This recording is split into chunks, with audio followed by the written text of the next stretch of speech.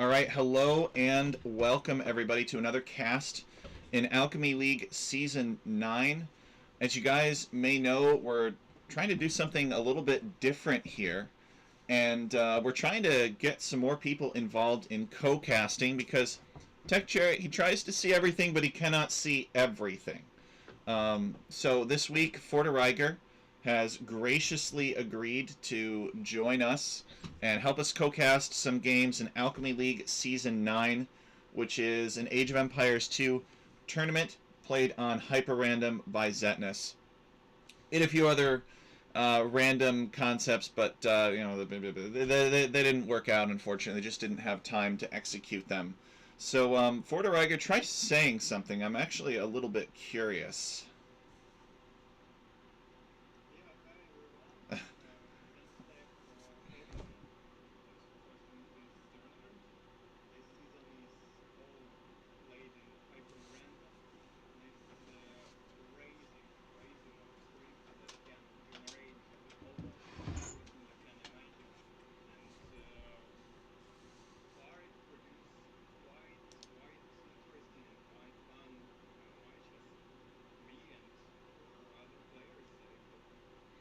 All right, thank you, Forteraiger. I hope that they heard that. If you guys did not hear Forteraiger's compelling speech, let me know, and we will. Because I was looking and seeing if the sound was adjusting to Forteraiger's voice, and I couldn't tell. So I'm sorry about that, Forteraiger. But I believe that once we switch over the scenes, it should adjust. But I'm also going to try to add a source now. I'm very sorry about that. I was hoping that it would catch you. Let me try this. Jack input client. All right. Number of channels. I don't even know. I have no idea what I'm doing. Oh, now I don't know how to get rid of that. All right. Try saying something again, Forteraiger. Just something short. No. Nothing happened on that either. Jack. Oh, wait. Remove that one. Yes.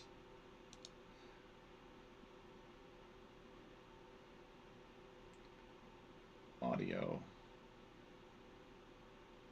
Input capture, output capture. I don't know. So, I guess we will go over to the game overlay, and it's just my microphone as well. All right, let me try one more thing, and that is maybe we can get it to do like a audio output capture, maybe that. All right, device, built-in audio, analog, stereo. I think this one. Okay. Try now, Forteraiger. Check. Can you hear me now? Ah, yes. All right. That looks excellent. I'm sorry about that, guys. But that should work for the game too. And if it doesn't for some reason, let me know. So we are going to add that audio output capture to. Hey, Hyder, welcome. Yeah, and we're gonna add this existing capture to that as well. All right, I'm very sorry about that, guys. We should have tested it beforehand, but I've been reviewing submissions for the next map contest for Alchemy League, and so I lost track of time. But Forteraiger was, I was just explaining, he's from Ukraine. He's very graciously offered to join us today. He's looking forward. He enjoys the tournament. He's looking forward to helping provide expert commentary. There's going to be one of two of us, I guess, that's providing expert commentary. It certainly won't be me. On the matches, we're going to cover Mizumi versus Platterghost and Hyder versus Bowforce. So I'm just going to bring up a spreadsheet here where I show the players. We have all kinds of data, and really, there, we should have like just a data guy, or we should maybe outsource this to AOE2.gg. They are the website that we use to collect all this data on. Well, I just want to show you where the players are, though. We have all this fancy formula and stuff that calculates where they are. It accounts for win rate. It's the most advanced one in the world. Does it bring the value for the extra effort? That's up for you to decide, but I can tell you that a lot of effort went into it. So we're going to see Mizumi versus Plotterghost first. And there we go. So Plotterghost and Mizumi are both low 1500s. This is pretty much the closest that you're going to be. Mizumi, I believe, is from Germany, and Plotterghost is Dutch. So that means he is from the Low Countries, the Netherlands. All right, and then in the second match, we will see Bofors versus Hyger, and these guys are both in the 1800s. So lower 1800s versus upper 1800s. I believe Bofors is from Belarus, and that Hyder guy, never heard of him, right? No, Hyder, you guys know very well, is our Italian caster. He's one of only 2 people that is certified. Is certified the right word? No. But it makes it sound like it's a food quality inspection or something. He's one of 2 people that does this official casting and uploads the content to YouTube, and he really helps out a lot. So we try to cover his sets whenever we can because he doesn't cast himself because it's kind of awkward, which I understand. Bofors is new to the league. Both Mizumi and Bofors are new to Alchemy League this season. I hope that we are able to win them over. Plotter's been with us for a while, and he likes us so much he offered to help out with the website, which is great. He's got some good website development experience. And I think that'll do it for the player. Am I forgetting anything about these guys, Forteraiger, that you want to add? I don't think so. So looks like we have 2 active, like old school contributors in our community and 2 newcomers. So let's hope it will be quite fun and competitive. And looks like we will have some high-level games today, like at least 1500 elo. It's not slow as me, at least. Yeah, that's true. And this is kind of an interesting case where we're kind of putting league experience up against ranked elo experience. I guess it's kind of negligible for Mizumi versus Plotter, but technically both Bofors and Mizumi, who are higher ranked players against their opponents, are new to the league this season. So the results will tell us whether or not experience within the league is a helpful predictor of whether or not somebody will emerge victorious or if more ranked skill is required. I'm also going to share. Yep, and I'm also going to share. And here's the website that Plotter has been helping us with. It's pretty amazing. And this is the seasonal page for Alchemy League Season 9. So he helped us out with all this hierarchy tree. Now you can go into Inkscape and you can make this. You don't have to program it into the HTML yourself, which was a huge pain. I was getting the AI to help me, and it was just a disaster. And I'm not gonna dwell too much, but you can see. Ooh, I'm scrolling too fast. There's results down there. There's seating, so you can click on that, and you can see their seating within our tournament. Actually, I could have brought this up when showing them off, and I could even click on this to get to their AOE2.gg profile. And then the results will be, well, they'll be posted there when they're ready, and you can download all the resources here once we fix that bug. So it's some pretty nice work that Plotter has helped us out with. I'm going to show the Civ draft now for the first set, and we'll return to this Civ draft for these other guys when we move into that set. So Mizumi versus Wait, what? I guess these are just the civs that they're left over with. I'm not exactly sure. We can't see their bands. I guess we just get to see with these guys. We could see their bands, but looks like they used some kind of another preset. But whatever, most players are responsible for choosing the correct settings. So we have what we have. That's right. In the past, I had applied quarter point admin penalties for not using the right map, but I don't think I've ever applied one for using the wrong draft, and I don't think I'm going to start. But don't tell anybody. We're going to keep that as a little bit secret between you, me, and the entire internet. I don't care. I really don't care about the Civ draft. If they both mutually agree to it and it's kind of close to what we're doing, I don't care. The important thing is that Mizumi has the option of Chinese, Japanese, Portuguese, and Italians, and Plotterghost has the option of Mongols, Persians, Saracens, and Huns. What do these choices tell you about their style? I guess all the civs All the picks are quite versatile, so should suit well in hyper-random settings. But honestly, I like Plotter's picks more. We have Mongols. Mongols are always good if you have some hunt. Persians good in any settings, either is water or no water or anything. Saracens abuse the market. Uh, yeah. Mizumi, on the other hand, got Italians. Italians should be quite good too. They can counter cavalry with their unique unit. Chinese always a good choice. Japanese, so I guess good picks from both of them. Let's see how they used those thieves.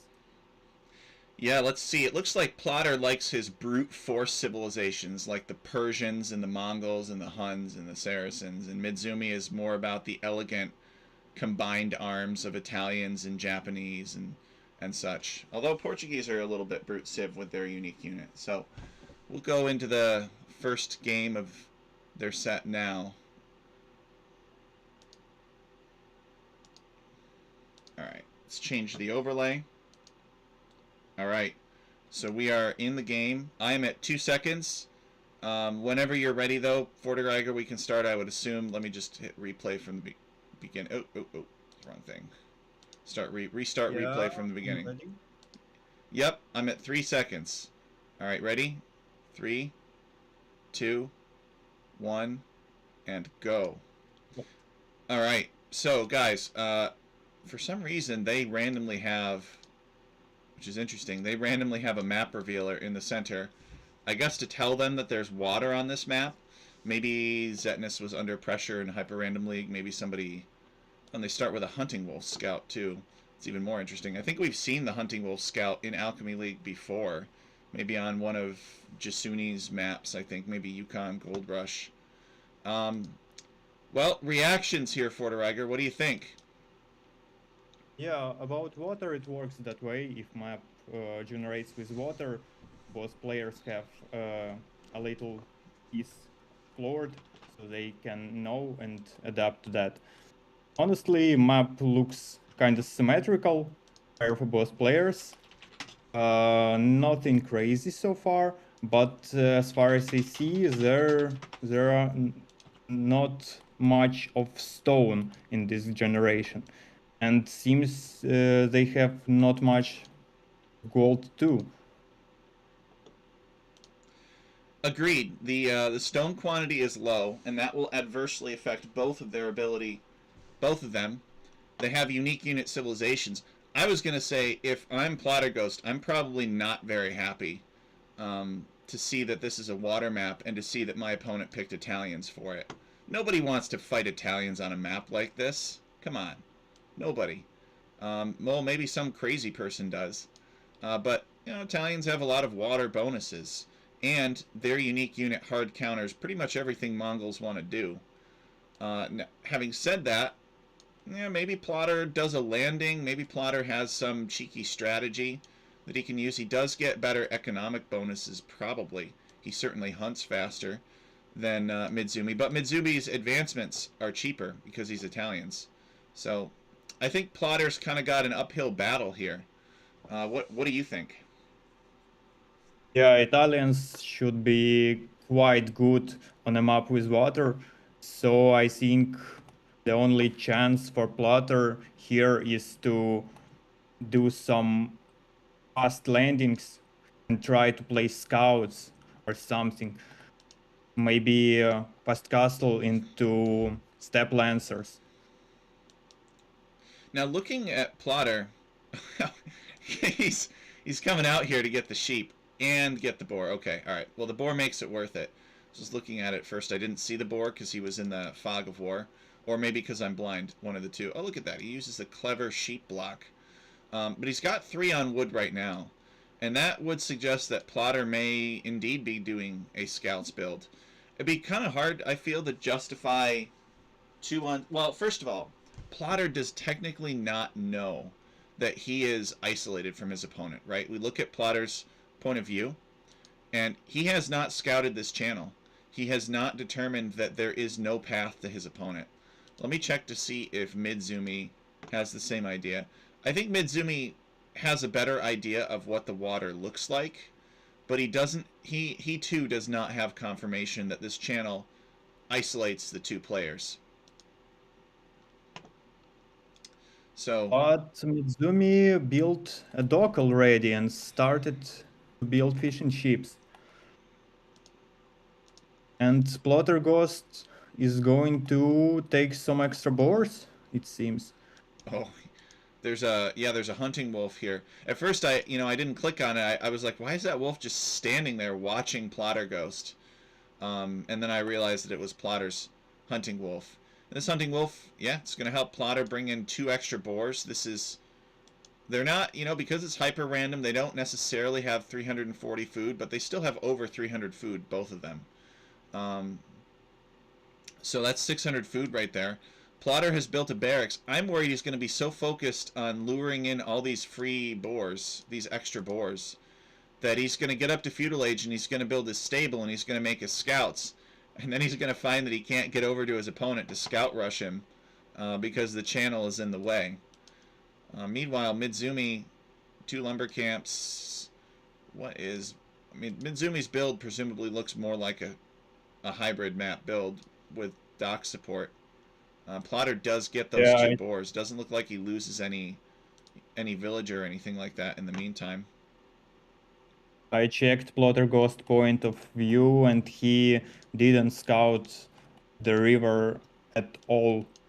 So it might be hard discovery for him to realize that there is a water with fish, that there is no land connection to the opponent.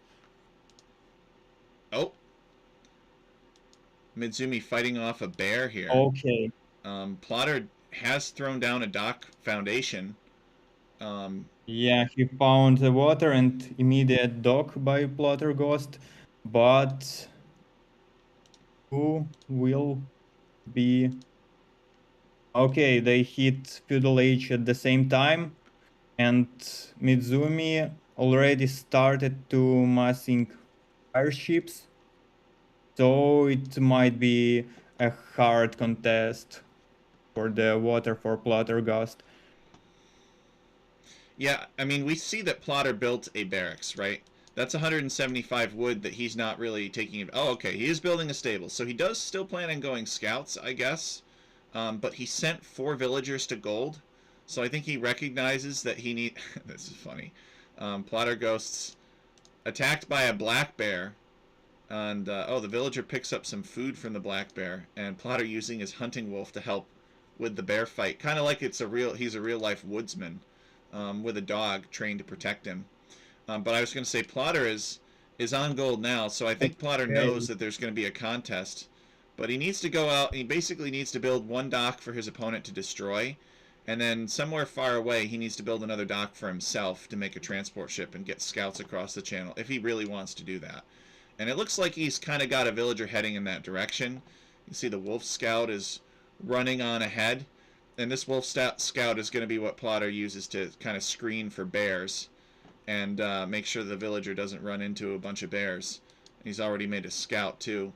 And so Plotter probably, yep, there's the second dock foundation. So Plotter knows that he needs to get across. But I feel that Plotter really needs to have a convincing... He needs to at least make 1 fire ship, right? Otherwise, Mizumi is not going to believe this dock. He's going to be like, okay, my opponent's up to no good. Thoughts, Forteraiger?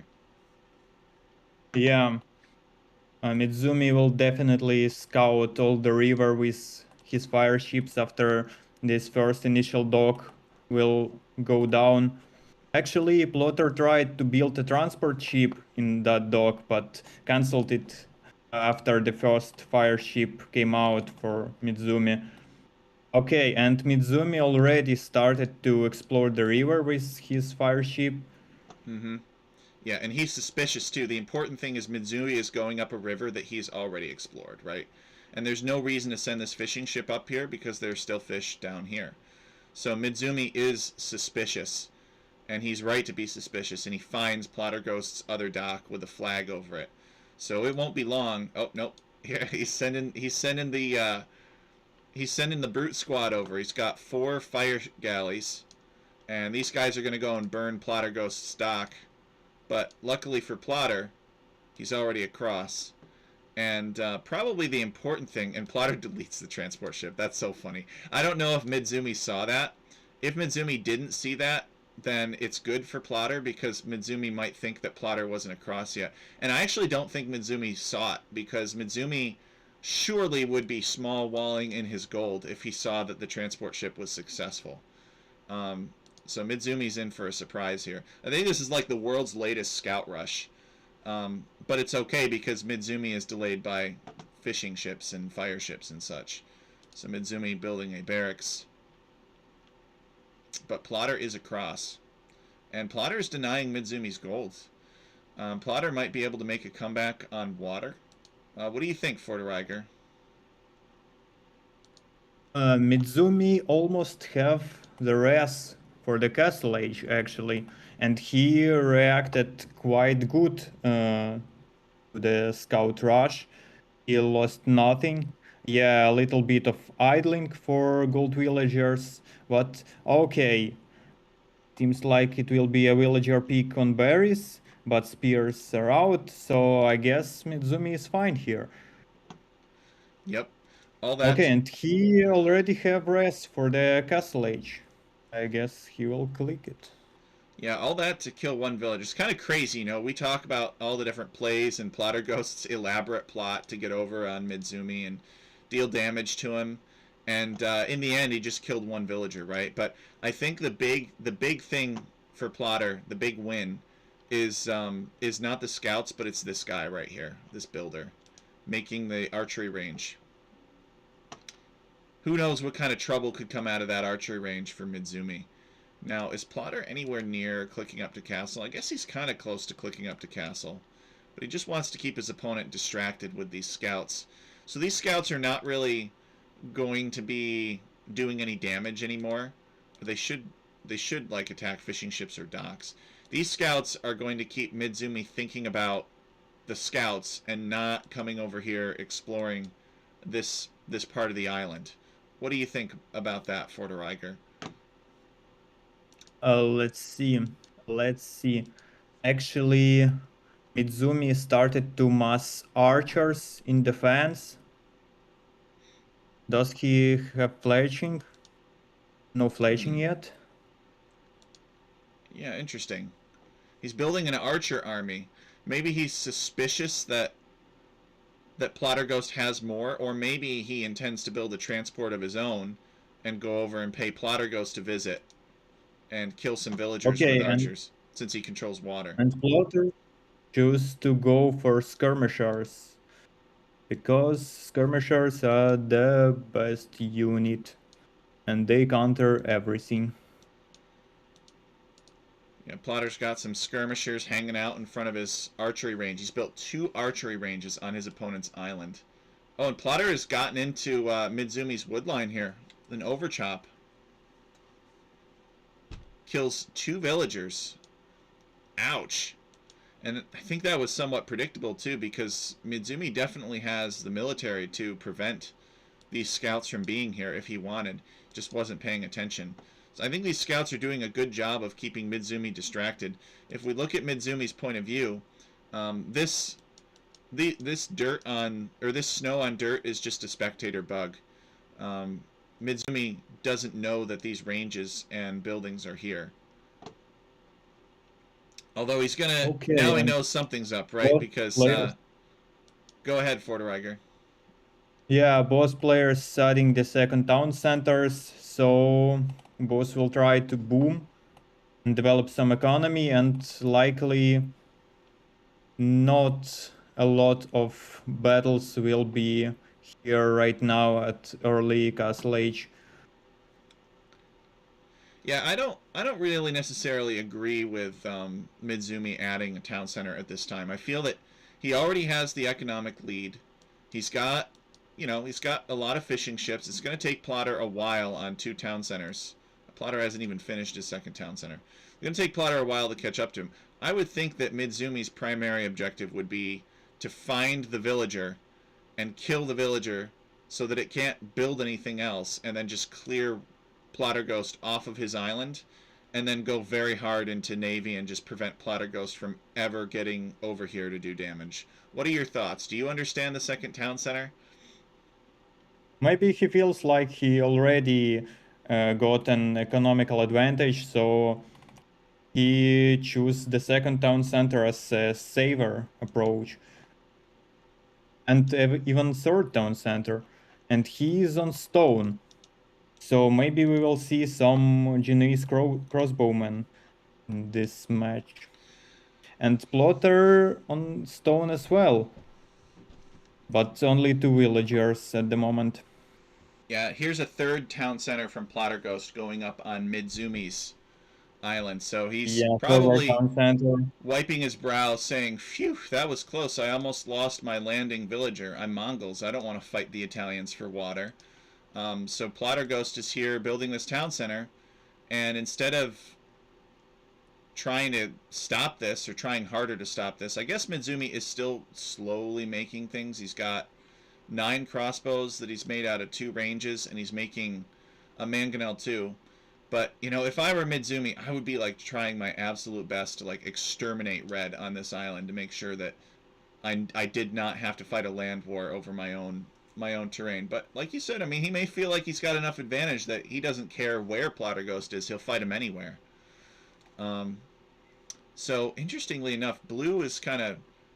He could go this way. He doesn't know that Plotterghost has the town center here, so instead he goes back around the shore. I guess it's a little bit safer, right? He's got fire ships that could help him out in a pinch. Maybe he could pull his crossbows back to the fire ships and get some fireball support. But these archers, they're not pushing. Oh, okay. He's building up. He's gathering a few more, and he's going to go with a mangonel to flatten the skirmishers. But he doesn't. Yeah, he doesn't realize that Plotter is over here next to the horses, and Plotter's actually made a mangonel. So Plotter doesn't want to push this way next to the coast, which makes sense because Midzumi is already on the coast. Plotter wants to push up through the center of the island. Yeah, and Plotter started to outpost his own island, so he might be afraid of landing while nothing happens in this part of the game. Yeah, he's built 2 outposts, and he has his hunting wolf here on the tip. But okay, and Midzumi lands with mangonels and a bunch of crossbowmen. Ooh, okay. So Plotter's fears were justified. Luckily for Plotter, he does have a town center they here. went right under the TC. Yeah, well, he didn't really scout it. I guess, I don't know where his hunting wolf is. He maybe could have brought his hunting wolf across to try and locate the town center. Plotter is going to rush this siege workshop up. Surely he must feel pretty encouraged, though, by this landing. I mean, he's probably rudely surprised by it, but it also means that Midzumi has fewer units on his own island to defend his woodline, and Plotter pushing in there. So Midzumi with an interesting attack against Plotter. I guess he does, in theory, he renders this town center useless for now, as he hurls some rocks into it. But this also means that Plotterghost is going to be a pain in Midzumi's own base. Yeah, and he have no army at home to defend. He start to producing knights, but they will take some time to produce. Mangonel is out. Yep, I and see. Villagers landed for Midzumi. Oh! Is it for forward castle? He has the resources for a forward castle. Oh my goodness, Yeah, look at that castle. he will build a castle And right on the another TC. that is a get out of my game castle too. And Plotter's just bought some stone, I think. And Plotter's bought the stone to build a castle of his own. And Plotter is going to counter castle. I think Midzumi's castle will still go up first, because Midzumi started building the castle first. Plotter could be in trouble. This castle will ensure that Plotter's forward town centers are denied. And these villagers are in range. This castle is firing upon them. This town center is going to go up. And Plotter will need to garrison. Garrison. Okay, he's just going to run away. That works too. Plotter's attack has been contained. Plotter is actually villagers on Midzumi's island, which is an interesting choice. And Midzumi adding a university. Why is Midzumi adding a university? Oh, because he's going up to the Imperial Age. So he's going to get gunpowder. Plotter's in big trouble here.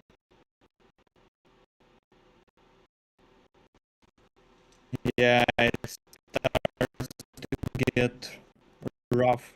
But the plotter is nowhere close to the Imperial Age, so as soon as first trap will came out for Mizumi, I'm afraid it might be GG. Yeah, I believe that Plotter will probably call the GG once he sees Mizumi reach Imperial Age. I could be wrong, because you can never really know exactly what these guys are thinking.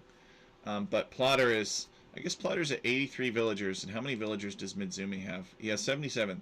So Plotter really only has a modest villager lead over Mizumi, and he doesn't have as much to show for it because he controls less of his island than he controls of Midzumi's island. Mizumi has comfortable control over his island. Sure, I mean Plotter is here with a town center, and Mizumi has not been aggressive against it.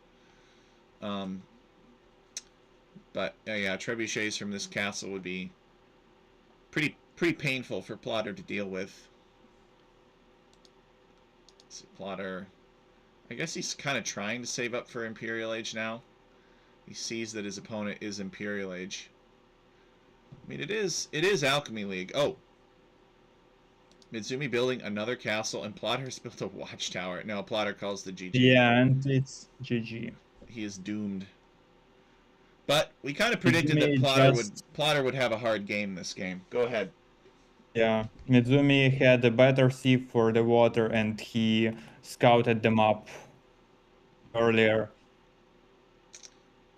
That's true. Plotter ended up having to build 2 docks and a transport ship for his scout rush.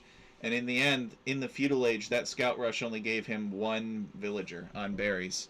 And he let his opponent free fish boom, basically. So Mizumi was just too far ahead. Yeah, but Plotter tried his best. He realized that he won't be able to fight for water with delayed dock, so he tried to do the landing, but it does not achieve much. Okay. All right, so the next one I'm going to do is Japanese versus Persians. I have no idea if this is in the right order. It's the same map every time, so because this map is capable of a lot of variety. So I'm going to load into the Japanese versus Persians. Okay, I'm in. Excellent. I am loading in. Should be there any moment. My computer's old. Alright. I'm at second 3. Alright. Okay. Whenever you're ready, Forteraiger, we can go 3, 2, 1, go. Alright, so Plotter Ghost is in the yellow. He's at about 6 o'clock, and he is playing as the Persians. And Mizumi is in the blue, playing as the Japanese. They're on what appears to be some kind of salt marsh style map. It's got a couple of big islands with some elevation in the center. Not a ton of building space, all things considered. I guess there is a little bit of room to build additional town centers, but not very much. But there are bears everywhere. Jungle bears. These are like those Asian sun bears. You know about those ones? They're black bears, Forteraiger, that have like this weird white patch on their chests, and they sit in this very strange posture. Don't know if you've ever seen a sun bear before. No, I never. I've only ever seen pictures of them or videos of them. All right, so thoughts about the Civ matchup and the map. Okay, we have a hybrid type map with lots of water, lots of fish, but there's still a direct land connection between two players. And both thieves should be good in such settings. Persians with their faster working TCs and docks, with their cavalry, Savar especially. And for Japanese, they have some bonus regarding fishing ships as well. So let's see how it turned out. Agreed. Big shallow crossing here, so you don't have to use navy to access your opponent. I still feel that docks are going to be probably the most important building in this game because a large portion of this map is navigable.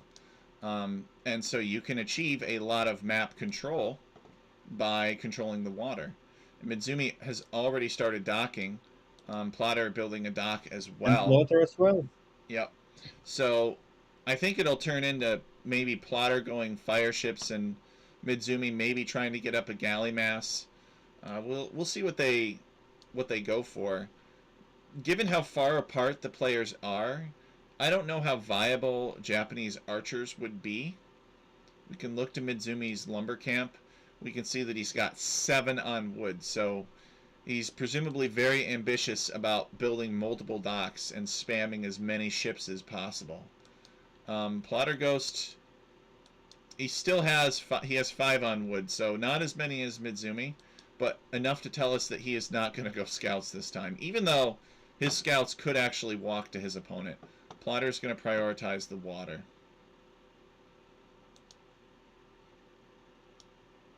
Yeah, Plotter actually has made a point of sending his scout and finding some of his opponent's buildings and confirming that he can walk there this time if he needs.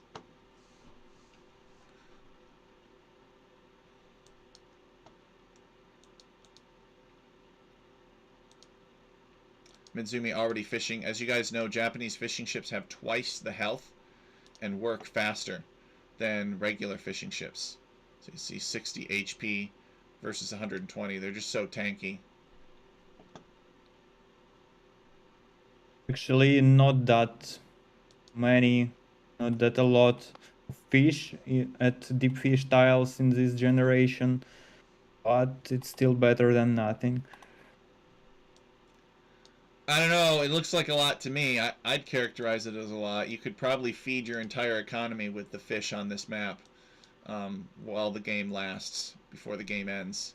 Yeah, there are a lot of tiles, but each of them contains about 1 to 100 of fish, Oh, food. yeah, you're right. So it will become inefficient quite soon for both players. They will have to keep redocking That's to a good try to get maximum of it. that's a good point. Um, the fish is inefficient. 150 here, 189 there, less than 200 ultimately. So it's not a ton of food in each of these tiles. So unless they build more docks, it'll be inefficient.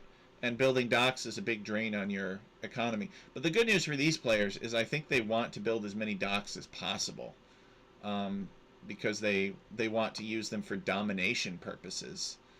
And then they can also conveniently function as resource drop-off points too. Um, Mizumi about halfway up to the feudal age, and Plotter is almost there. He's about 85%.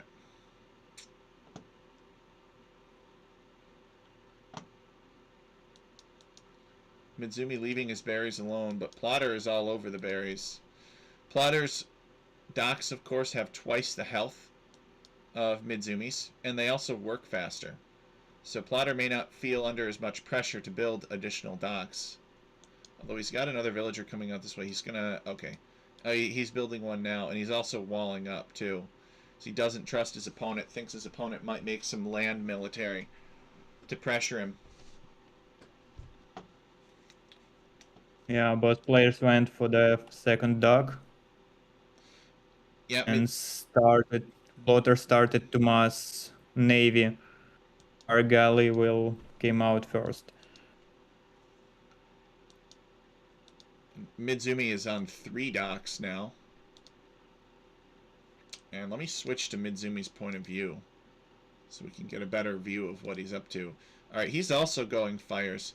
That's interesting. This does seem like a map where maybe galleys might make more sense because you've got kind of like blocking islands. Galleys could be a little bit more effective. But I guess there's still enough space here for fires to maneuver. Mizumi's sending the fire ship back for repairs. I don't know if this lady's going to get there in time. I think she is, actually. And Plotterghost losing his fire ship in Mizumi. So to repair takes twice as long, but it's also half the resources. So it's more resource And efficient. Plotter switched to galleys. He already researched fletching and started to build a mess.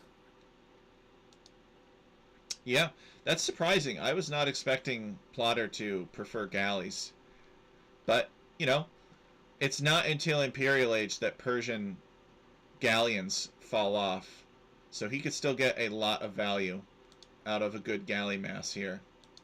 And he's kind of flirting with Mizumi. Mizumi throwing a few fireballs and running away. He sees 3 galleys and he doesn't really want to confront it. I think Mizumi has the cards here. I think Mizumi could come in from one side with a few fire ships, come in from the other side with a few more, and I think that he should just surround these galleys and not let Plotter build up a mass. Oh, that's not nice. Mizumi burning that Jaguar. Uh-oh. Plotter... Okay, he loses a lot of free health on that galley. Not paying attention. He should send a repair villager forward. But, I don't know, I don't really see people repair galleys as much as fire ships. Do you see people repair galleys, Forteraiger? It depends. Depends on the map mainly. So what should these players be doing right now? What would you do if you were them? It's all about the water at this stage.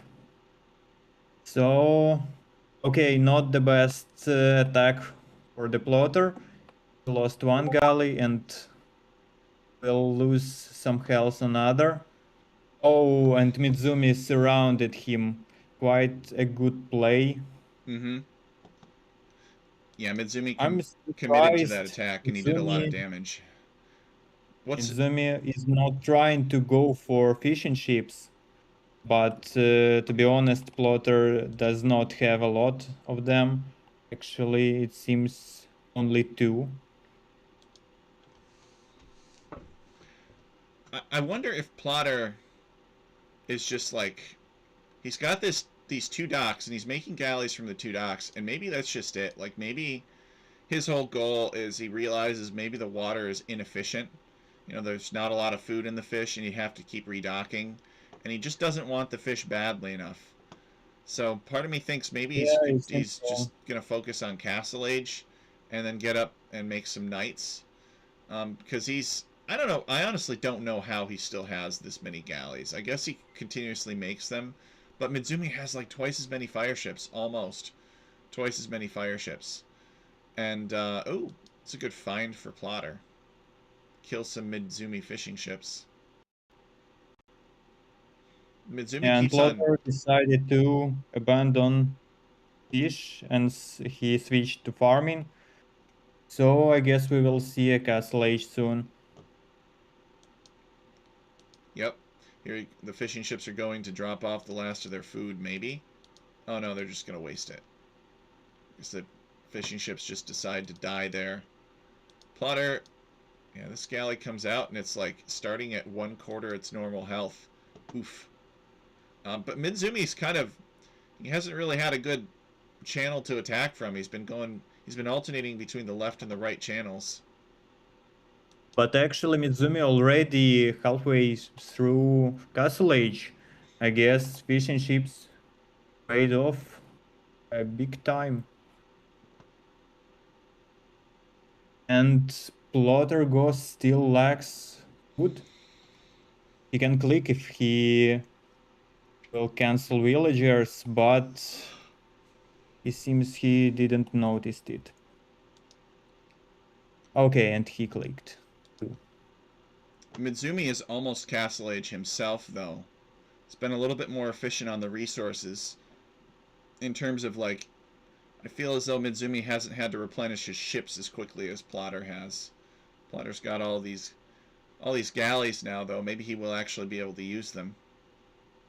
Mizumi reaching Castle Age and pulling his galleys back so that he can upgrade them. He'll probably return shortly, though.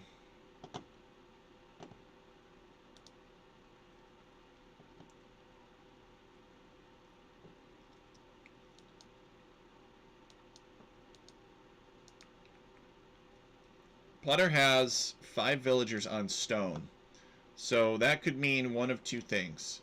It could mean Plotter desires a castle, or Plotter desires a lot of town centers.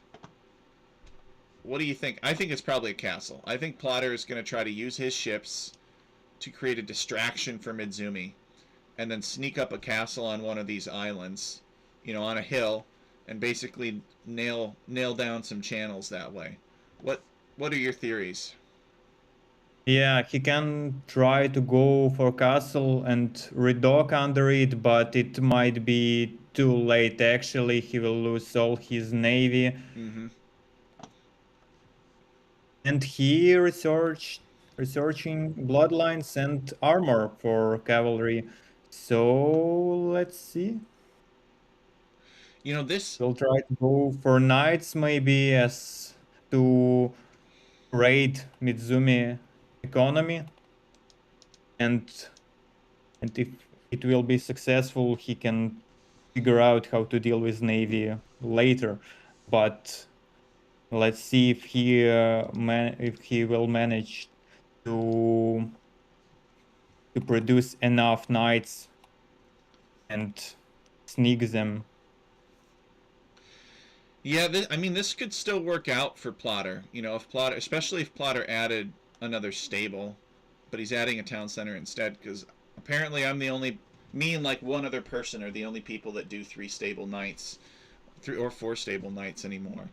But this could still work out for Plotter. He has a villager lead over Mizumi, and maybe if Plotter can get a surprise knight raid on Mizumi, he can compensate for all of this oppressive naval action in the front. It might work, but actually Plotter is almost out of safe gold on his base. All the gold piles he have are close to the shoreline, so cannot mine it safely. I wonder if that's what this town center is for. This town center is to just take stone to sell for gold. But yeah, you're right. Without safe gold, there's not much you can do. I guess he could pick up a few relics. He's got 2 relics in his base. He's got one here, and he's got one on the other side. But Mizumi doing a very good job of patrolling this area to look for Plotter.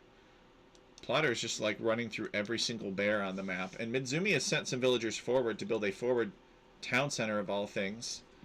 It's not the best town center location, I suppose, but this gold is somewhat close. Plotter's just fighting a bunch of bears. So Mizumi will build this town center and kind of sort of take this gold and then have forward villagers to do something else with if he wants. And I guess he want to make sure he controls all the map too, including the middle island, so Plotter have no land to go from his initial island. So Mizumi sees Plotter Ghost's knights run in, but I guess he's distracted somewhere, and Plotter's going to actually find this wood line, which could be a good find for him. Oh, quick wall. Oh. And the quick wall fails. The knights are very effective at raiding, of course, because they have more attack than scouts. And Plotter manages to shut this wood line down, and he forces down a monastery for Mizumi. So a monastery would indeed shut this down. But I feel that, your opponent has invested this much into controlling the water. Maybe Plotter can get a can get a monk up here, a siege workshop, a stable or two, and he could do like a side push where he could circumvent all of these ships. And Plotter is these are automated gold miners. Well, they're not gonna have the chance to extract that gold. Yeah, he's out of his previous gold pile, and now it will be tough to afford any army production without access to gold. He'll start to collect relics though. Okay, and he tried to build a castle on the shoreline to secure this little pile of gold and redock under it, but will it go up? Yep, Mizumi spots it. He had 4 fire galleys, but fire galleys didn't have the range to interact with most of the villagers. So Midzumi's sending his galleys now, and they're going to pick off maybe a villager, but the castle goes Okay, up just and because castle Plotter is sent up. so many. Well, that's very clutch for Plotter. He needs that gold at that exact moment, and he needed a castle exactly on the coastline at that moment.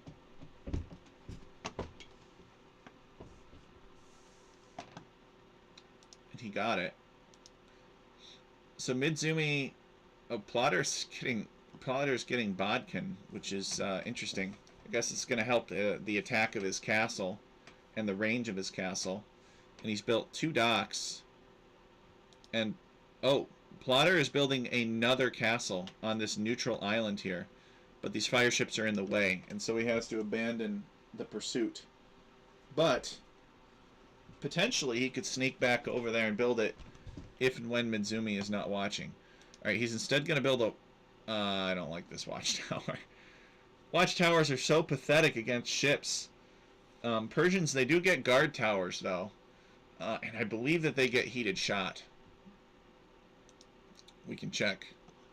See if Persian. Yeah, they do get heated shot. So.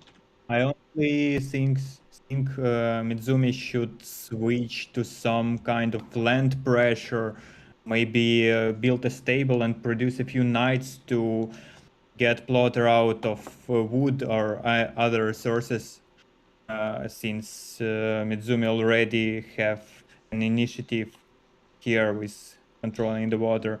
But looks like he's thinking about Imperial Age, and he leaks it after one villager. Yep. Yeah, we saw him do this in the last game too, where he built a university and then clicked up to the next stage, or built a university as he was clicking up to the next stage. So, university. Well, I mean, I guess he could get chemistry, but Japanese are not known for their cannon units, unlike the Italians. So, but he also doesn't have a castle, so the university will help satisfy that. Oh, as Plotter gets in on Midzumi's stone, actually. Somehow Plotter Ghost managed to get in on that. So that's a good win for him there. Mizumi having to send the monks, the preachy boys, to come and convert these knights, and the knights have to run. So Plotter's basically down those 2 knights, and maybe Mizumi is up 2 more knights. But he's going to fight that. Plotter also sneaking a castle up here on this gold too. Basically, Plotter is kind of strategically planning his castles here. He's building, he basically just as he's running out of gold, he builds another castle to secure a little bit more gold. But Mizumi is building his first castle, and Midzumi's castle has a hill advantage, and it'll be Imperial Age first, and it will be able to build trebuchets first. And I think Mizumi knows about this castle. Oh yeah, he knows.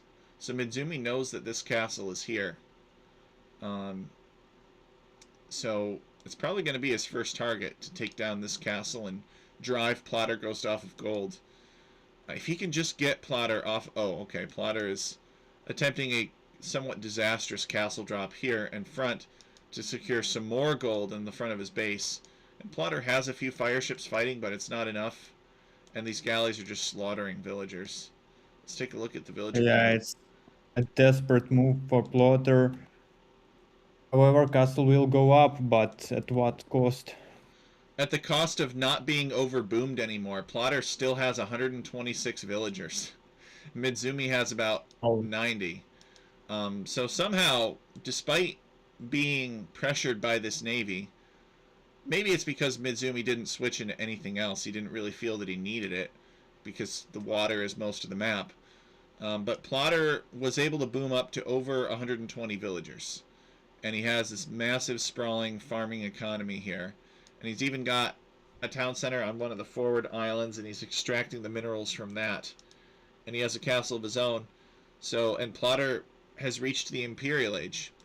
And Plotter has 2 castles, Mizumi adding a second castle. So it's really all going to come down to, can Mizumi drive Plotter in this location and just whoever wins this position, basically, I think that they're going to win the game. Plotter's got 2 castles. Mitsumi's about to have 2 castles, but Mizumi was Imperial Age first. I don't know. What do you think, Forteraiger? yeah, it's all about map control at this stage. Mizumi will start to mass trebuchets, but Plotter will respond with a few too, and Mizumi will try to castle Plotter's neutral island. Oh yeah, I see that. Just to prevent the spread of Plotter up to his own island.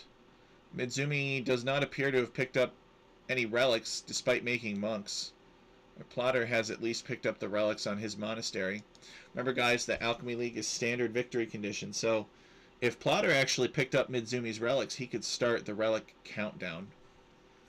Plotter engaged in extensive repairs of his castle's own masonry. And Mizumi does not have the villagers repairing, and one of his castles goes down, but he just built another one. Trebuchet numbers. Plotter has 4, Mizumi has 3. So, but Mizumi also has galleons attacking Plotter's trebuchets. So it's a pretty pitched battle, I would say. Both sides adding reinforce. Oh wait, Plotter built some more trebuchets from this castle, and he's put the full might of the Persian economy on display here. He's even sending some light cav to rush in and try to snipe trebuchets. I think Plotter's going to keep all of his castles up. I think Mitsumi's going to lose this forward position. But Mizumi does have a much more advanced navy. He's got galleon. I don't know if Mizumi has many other galleon techs besides that. I guess we could check to see if he has shipwright. He does not have shipwright yet. He has gill nets of all things, though, but he's missing any of the other ship technologies.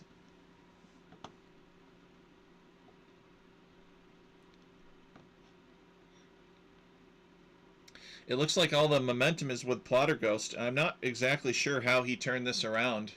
I guess he quietly boomed while minimizing the damage, and he only went out for additional gold when he absolutely had to, and he dropped a castle in that location. He kind of snuck out, right? Because if Mizumi had ever placed his navy to block Plotter Ghost's advances, he could have blocked him anywhere, because Plotter didn't really have the military. He just had stone. What do you think? Yes, and Plotter managed to destroy all Mizumi castles. Mizumi is trying to switch to the right islands for some gold additional, but Plotter will start adding hussars to raid Mizumi's eco. Mm-hmm. And Mizumi knows it, and he's already teching into halberdier, and he's got pikemen being made from a couple of barracks, but I don't know if he can make these pointy boys fast enough. I think Plotter is already too far ahead, and he's got hussar streaming across the map. He's got siege Yeah, and weapons rolling forward. actually Plotter is Persian, so potentially he can have crash bows to counter helps.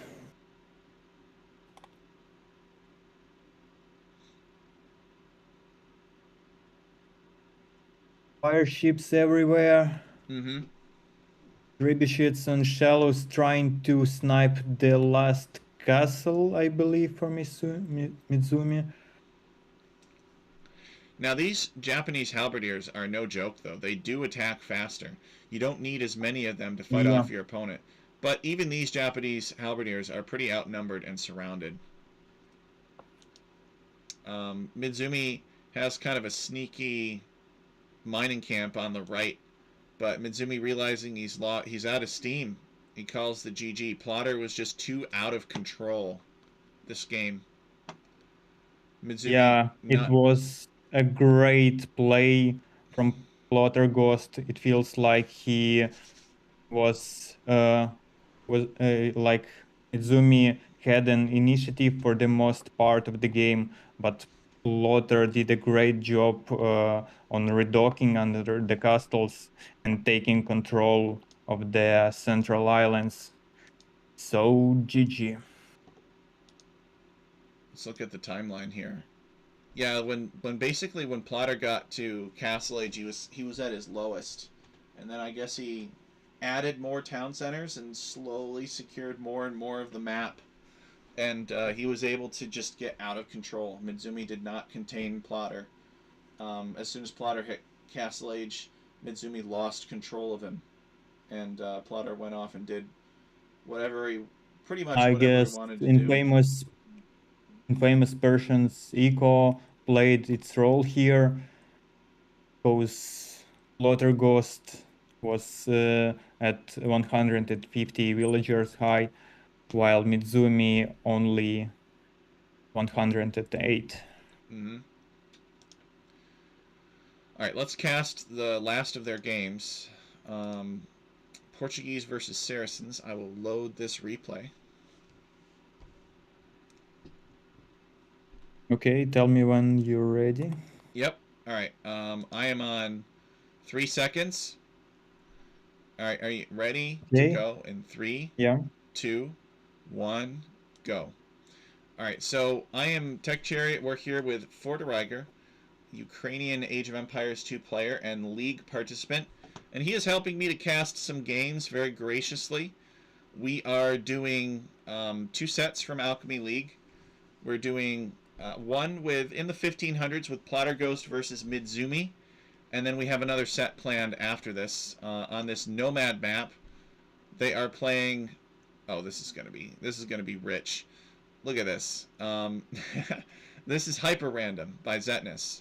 We had a couple of other random maps planned out, but we were not able to get them ready in time. So luckily, Hyperrandom is very capable of all the variety, that we really basically need to meet our basic needs. But in the future, maybe if we have a super random map pack, we'll have some other maps featured in it as well. And we can see that these players, I love this. Look at this just random nomad map like this. Plotter Ghost with gold and stone. Mizumi with just gold. Of course, both players have Yeah, access to wood. They've built very close together. But where does it will Mizumi be take a stone? very messy game. Oh boy, Mizumi's going to have a rough game, I think. He doesn't have access to stone. There's a lot of the map is water, and these salmons, the salmons are big, but the tuna don't have a lot. Mizumi is still going to dock. There's not really any fish close to this dock, although to be fair, I guess there's one deep fish close to Plotter's dock. So Plotter's dock not much better than Mizumi's dock, but Plotter really, I don't know if you saw that, but he like sent all of his villagers across the map to build in the center, kind of go where he thought his opponent was. And However, Mizumi knows that he is close to Plotter, and Plotter seems not realized that yet. yeah, I guess that's true. Mizumi knows where Plotter's town center is, but Plotter does not know where Mizumi's town center is. Plotter just thinks, dope, do dope, do do. I got my town in the middle of the map. Everything is fine. And Mizumi throwing it all over to wood here to maximize fishing ship production. I think he's going to be pretty disappointed because there's not a lot of fishing to do around this dock. May have been better off building a dock somewhere far away. These Bactrian camels, so everything in Hyperrandom, all animals are edible, except for maybe predators most of the time. And these Bactrian camels have 235 food. So these camels actually are pretty fat. These are some meaty camels. And look at Plotter, look at Plotter luring this camel in with his villager. Oh, no, he forgot about it. So he has to shoot it. So that's pretty clever from Plotter Goes to get 200 food underneath his town center. I guess he just finishes off the Bactrian camel. There's a little bit of a pathing issue with this forest. But generations like these are why I love this map. Would you play on a map like this? Do you like this particular generation of Hyperrandom, Forteraiger, or is this the kind of generation that you Yeah, dread? it looks great. Nomad start, asymmetrical islands.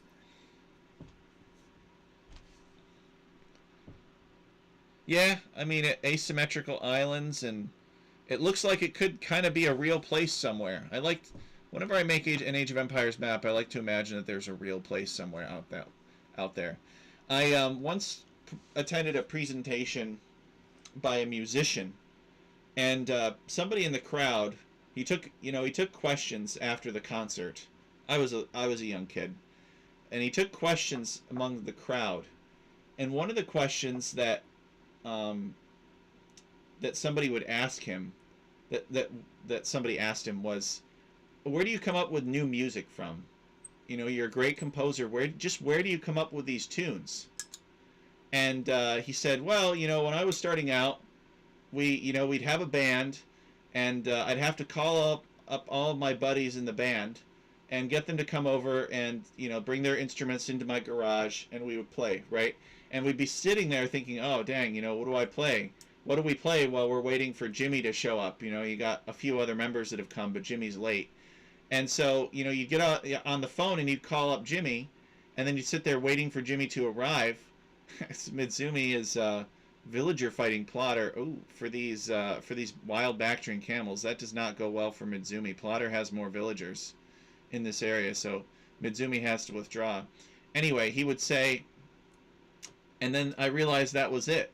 That I would basically take the different tones of the different numbers in the phone number, and we would use that as our song, and we would start with that as a basic monotone kind of, or basic simple digital tone, and we would layer the different instruments into it, and we'd figure out how to make a song out of it.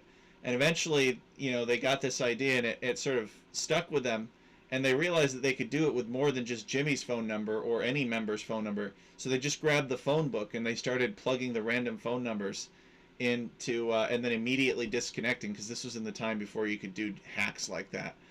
So if you weren't quick enough, you'd actually call the person.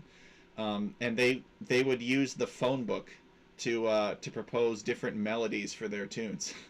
And I always thought that was really funny. But it's kind of the same way for me with random map scripting. Like, I'll look at a location, I'll see what nature has created, what God has created, if you will, and I'll be like, how could I turn that into an Age of Empires 2 random map? Ooh, this low area looks like it could be unbuildable terrain. How about that? And that's just where I get my ideas from. So it's not quite as inspired as the phone book, because technically the phone book is a creation of other men, and in this case you're parroting nature, but still, I think that it can be a lot of fun to mimic nature in random map making. Nature is unfair, Anyway, so nature's more unfair than human civilization in many respects, and people like their maps to be fair. But if there's some way that you can take nature and adapt it for Age of Empires, that's a huge win in my opinion. anyway, Long story. interesting ability, like to find inspiration. I think it's great, and how it's said, like all the greatest inventions are inspired by nature. Well, Leonardo da Vinci would agree with you, Forteraiger. So he was looking at the bird thinking, I could do that. What if I made something like that, right? If I'm going to invent a flying device, it should... Some of these original, Renaissance flying contraptions and other contraptions were really quite unhinged. They had like you would pedal it and it would flap the wings, and because it looked like what a bird would do, right? People were like, oh, we should do what the birds are doing. Well, not exactly. We do have technically better ways of flying than how birds fly, given our ability to manufacture things. But nevertheless, there are some it's always good to draw inspiration from nature and see how creatures, when faced with a life or death situation, have been selected to fill that particular niche. These guys have caught quite the brawl going on here. Mizumi has walled Plotter Ghost out. Plotter Ghost has a 2-villager lead over Mizumi. He has Saracens too. So an advantage for Plotter Ghost could be that if he lacks access to resources because Mizumi is like next to him or in the way, he could trade for it more effectively than Mizumi could. But if Mizumi could get Imperial Age, he could build Fatorius. But he doesn't really have the room to build Fatorius. You can see that Mizumi is pushing out to try to find a way around the map, but he can't. This is walled off. So maybe Mizumi will build a lumber camp over here and try to chop his way through. But he may not be patient enough for that either. He may try to get around Plotter and just go this way.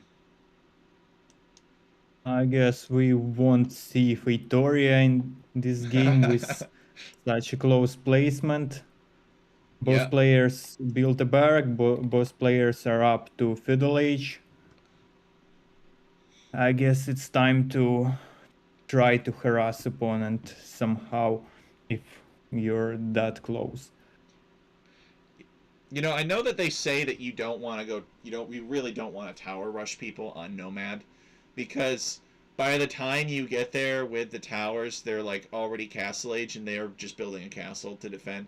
But I feel that this map is a good candidate for a tower rush.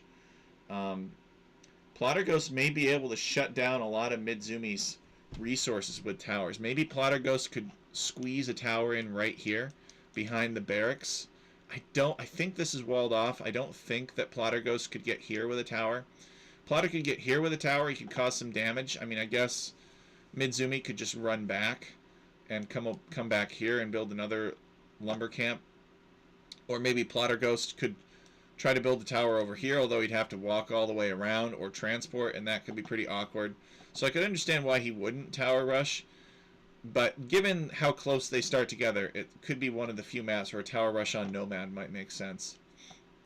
But Yeah, and as you say this, Plotter is building his first tower. Oh yeah, look at that. Maybe Man-at-Arms too, who knows? I don't want to get greedy here, but Man-at-Arms towers, a few archers to enhance the towers. Plotter realizing that he's in range of this town center. Does this tower have any range upgrades? No, it does not, so it'll only get better with time. This is a very good place for a barracks. Could you imagine if Mizumi had not built a barracks there? Plotter could have built that tower like directly on the wood line. And because the fish situation is so bad for Mizumi, he started farming as well. He's had to build another dock. But there really are not many fish around this area. And Plotter actually very close to the resources to click up to Castle Age. He just needs these fish to return from another long, long voyage. Hope there's not a hurricane or anything. Alright, I guess he uses the market and clicks up. He's got a bunch of villagers. He's got 16 on gold. So, you know, Saracen market abuse. Let's see where Mizumi's at. Mizumi's nowhere near the Castle Age. He's fighting for dear life, but Plotter got the better half of this landmass here. Could you imagine if Plotter had built like in the edge of the map or something? But Plotter really, like, this is a very bold town center. And I'm actually gonna look at Plotter's starting villagers to see. This is a risky town center. Like, this is the kind of town center you build if you really want to shake things up. I'm gonna when we finish this match, I'm gonna go and see what Plotter's choices were, because I sort of missed them. But it looked like Plotter had a lot more neutral choices for his starting town center than this. Even though he didn't know Mizumi was here. Plotter got a bunch of Saracen... Oh, these are Saracen archers. Oh, no. Well, that makes them even worse. And they're about to be Castle Age Saracen archers, too. So Saracen archers do bonus damage against buildings. Archer skirmishers And plus Plotter 3 is on attack. stone, so as soon as Castle Age hits, I guess he will be able to build the castle. Likely just on pace of Mizumi. Hey, get out of my game castle. I wonder if Plotter is planning on destroying this barracks and then building the castle there, where the barracks once was. It could be quite devastating. Plotter going into Saracen crossbow. And Mizumi is still fighting, to his credit. He is clicked up, actually. So Mizumi still alive, still trying. Okay, he's going to build a couple of house walls behind this barracks, and that will help. I feel that he should try to build it with 2 villagers, though. I don't know if he's going to have time to get the house wall up if he just uses the 1 villager. Barracks is about to go down to these Saracen archers. Alright, and Plotter Ghost moving in for the kill. But these archers getting in on... And here we go. A castle right between 2 DCs. Oh boy. So to Mizumi's credit, he does have a solid mass of archers. They're not as advanced as Plotter Ghost's archers. They don't have Bodkin. But Plotter doesn't even have crossbow. I think Plotter is kind of... He smells blood in the water. He knows his opponent's in a tough position. And I think he's focusing on more offensive actions. Mizumi sending some villagers out. If Mizumi's going to be in Castle Age, maybe he figures, oh, you know, I'll throw down a town center over here. Let's see what his understanding. I guess he knows that there's a gold here, and he knows that there are some trees here, and there's a stone here, which I'm sure he's going to be very happy to see. So he's going to plop a town center down right here. Yeah, there it is. And there are even some Bactrian camels here to boot. Oops. So he'll be able to eat these camels. And he might be able to sneak around too. I guess to Mizumi's credit, he won water. Pushed his opponent off of water. Plotter not prioritizing water at this point. He's just moving in with a castle drop and some Saracen archers. Both players have Bodkin now, but because Plotter has more archers, he can snowball it. Same upgrades. Oh, his opponent just got the crossbow upgrade, but Plotter doesn't care. He doesn't care, and he takes the fight anyway because he outnumbers his opponent. And Mizumi very smartly stonewalling this area off here. I think he should delete this house behind, or this house behind, and build another layer of stone walls. Because Plotter is going to try to get in. Plotter actually could stand on this peninsula and snipe fishing ships going in and out. And Mizumi has built a transport to evacuate. He sees that Plotter is determined to get into this area. And Mizumi, I think, playing this very well. Can only fit 10 villagers in this transport ship. He's going to relocate them to maybe safety up here, or maybe even over here to the right of the map. Yeah, quite a wise choice in his tough situation. Mizumi's starting town center has gone down. Luckily for Mizumi, Plotter does not know about his other base. Yeah, Plotter has not scouted this hat up here, this dirt hat on these land masses, so he doesn't know that Mizumi is over here. A lot of berries. But each berry bush has about half the usual amount in it, so I guess it's not as many as it looks. And the villagers have been trying to evacuate. They need to build another layer of stone walls, but they failed to do this. Oh, nope, they don't need to. Transport is here just in the nick of time. Look at that. Mizumi could even take the sheep with him if he wanted. And he does actually manage to get 1 goat on the transport ship. The other goat is left behind. So Plotter's going to capture him instead. And despite being stuck in corner, Mizumi managed to escape with almost no losses here. Mm-hmm. It's pretty impressive. So now Plotter is going to know that because Mizumi hasn't given up yet, and because he doesn't control this area anymore, that he must be somewhere else. So now Plotter is going to go look for him somewhere else. See where these crossbows go first. It could make a big difference. If these crossbows come back here first, then that's good for Mizumi. Mizumi may have more of a chance. But if these crossbows just go straight up here to the hat, then Mizumi will be in trouble. And I think Plotter is going to go to the hat because Plotter has built a town center here, and he notes that Mizumi is not over here. Although Mizumi might be able to hide, like, in this location back here, because Plotter would have to come all the way around this forest. But Plotter's going to go and find his opponent has colonized the dirt hat, the snowy dirt hat. What do you even do if you're Mizumi in this case? I guess you build a siege workshop or two and make some mangonels. I mean, it's a big ball of crossbows. And to make matters worse, there's basically this huge hill that your opponent can stand on as they pressure your town. Not a lot of map space for Mizumi to do anything. Mizumi building Yeah, a but university. Okay. and he have some resources to work with. Not the wood though. It might be too late. I just thought of it. Would have been a lot of fun if Mizumi, knowing that Plotter was pressuring this area and knowing that he was about to escape. What if he had gone heavy demolition ship and he had like 3 demolition ships? And he was just waiting on these shallows, right, for his opponent to cross. That could have been a pretty juicy hit, but I just thought of it, and these players are under a lot more pressure than I am right now, so I don't know if he thought of it, or maybe there's a good reason why it wouldn't work. Plotter's got a Mameluke here, just running around. Mizumi having to devote so much wood to repairing his town center. These crossbows are firing into the town center. So he's got a He's trying to university. get the market, buy some wood. Let's take a look And at Mizumi.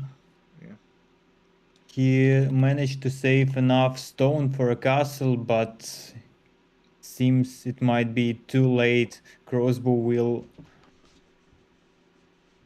destroy one of the town centers and will harass villagers. Mizumi is basically stuck in a little corner of this island that have a lot of space anyway. Mizumi going for imp into GG, I think. Just spent 1,000 food and 800 gold to get to the Imperial Age.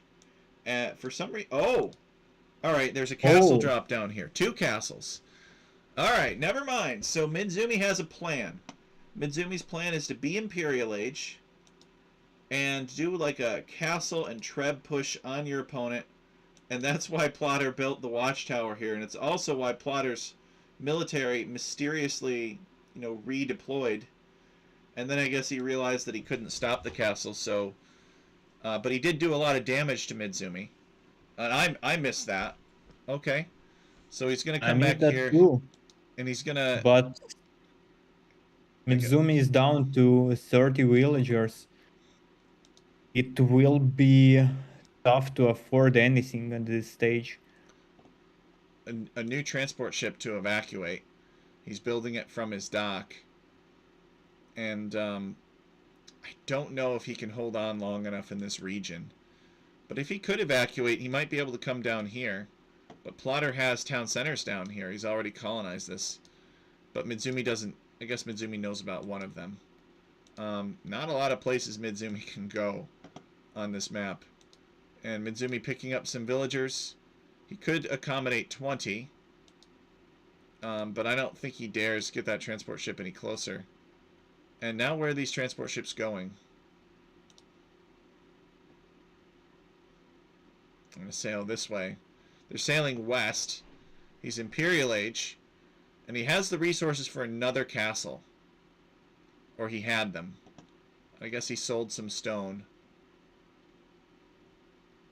So that he could make a trebuchet. And he's building a trebuchet from this castle. And he's going to try to take down Plotterghost's castle. He's going to come back to his original holding here. And he's going to re-wall it, perhaps, and take some more wood. Meanwhile, Plotter's going to... And transport died with villagers. 12 villagers went down in that transport. 12 souls. Do villagers have souls, Forteraiger? I know that's kind of philosophical. It's very philosophical tech. So Mizumi is sieging Plotterghost's castle. Plotter is still in the castle age. I don't think Plotter could get up very easily. And because there are 2 castles here, he can't villager rush it. So he's going to build a siege workshop instead. I don't think Plotter Yeah, has and any I intention. guess it's the right play. He can do the couple of rams, and Mizumi basically have nothing to counter them. Rams should be good against traps, against castles, against organ guns, if by some miracle Mizumi can afford a few. Yeah, because Mizumi doesn't really have many villagers in that region. He just has maybe a couple repair villagers and building villagers. So Plotter managing to drive this trebuchet off to a more secure location to resume the siege of Plotter's castle. And Mizumi Mizumi, evacuated to the right, but was immediately spotted by Plotter's villagers. yep. So Plotter throwing down a stable. Mizumi following him, determined to villager fight and prevent that stable from going up. Mizumi really wants this one. He does not want Plotter to make a comeback in Never this mind, 3-game it's set, but GG. Mizumi calls the GG, realizes that Plotter is just everywhere. And Mizumi says, good luck next. Well, Mizumi will get to play next as well. But I thought that was a pretty interesting game. But it just goes to show how brutal Nomad can be sometimes, and Plotter doing a good job of exploiting the weaknesses.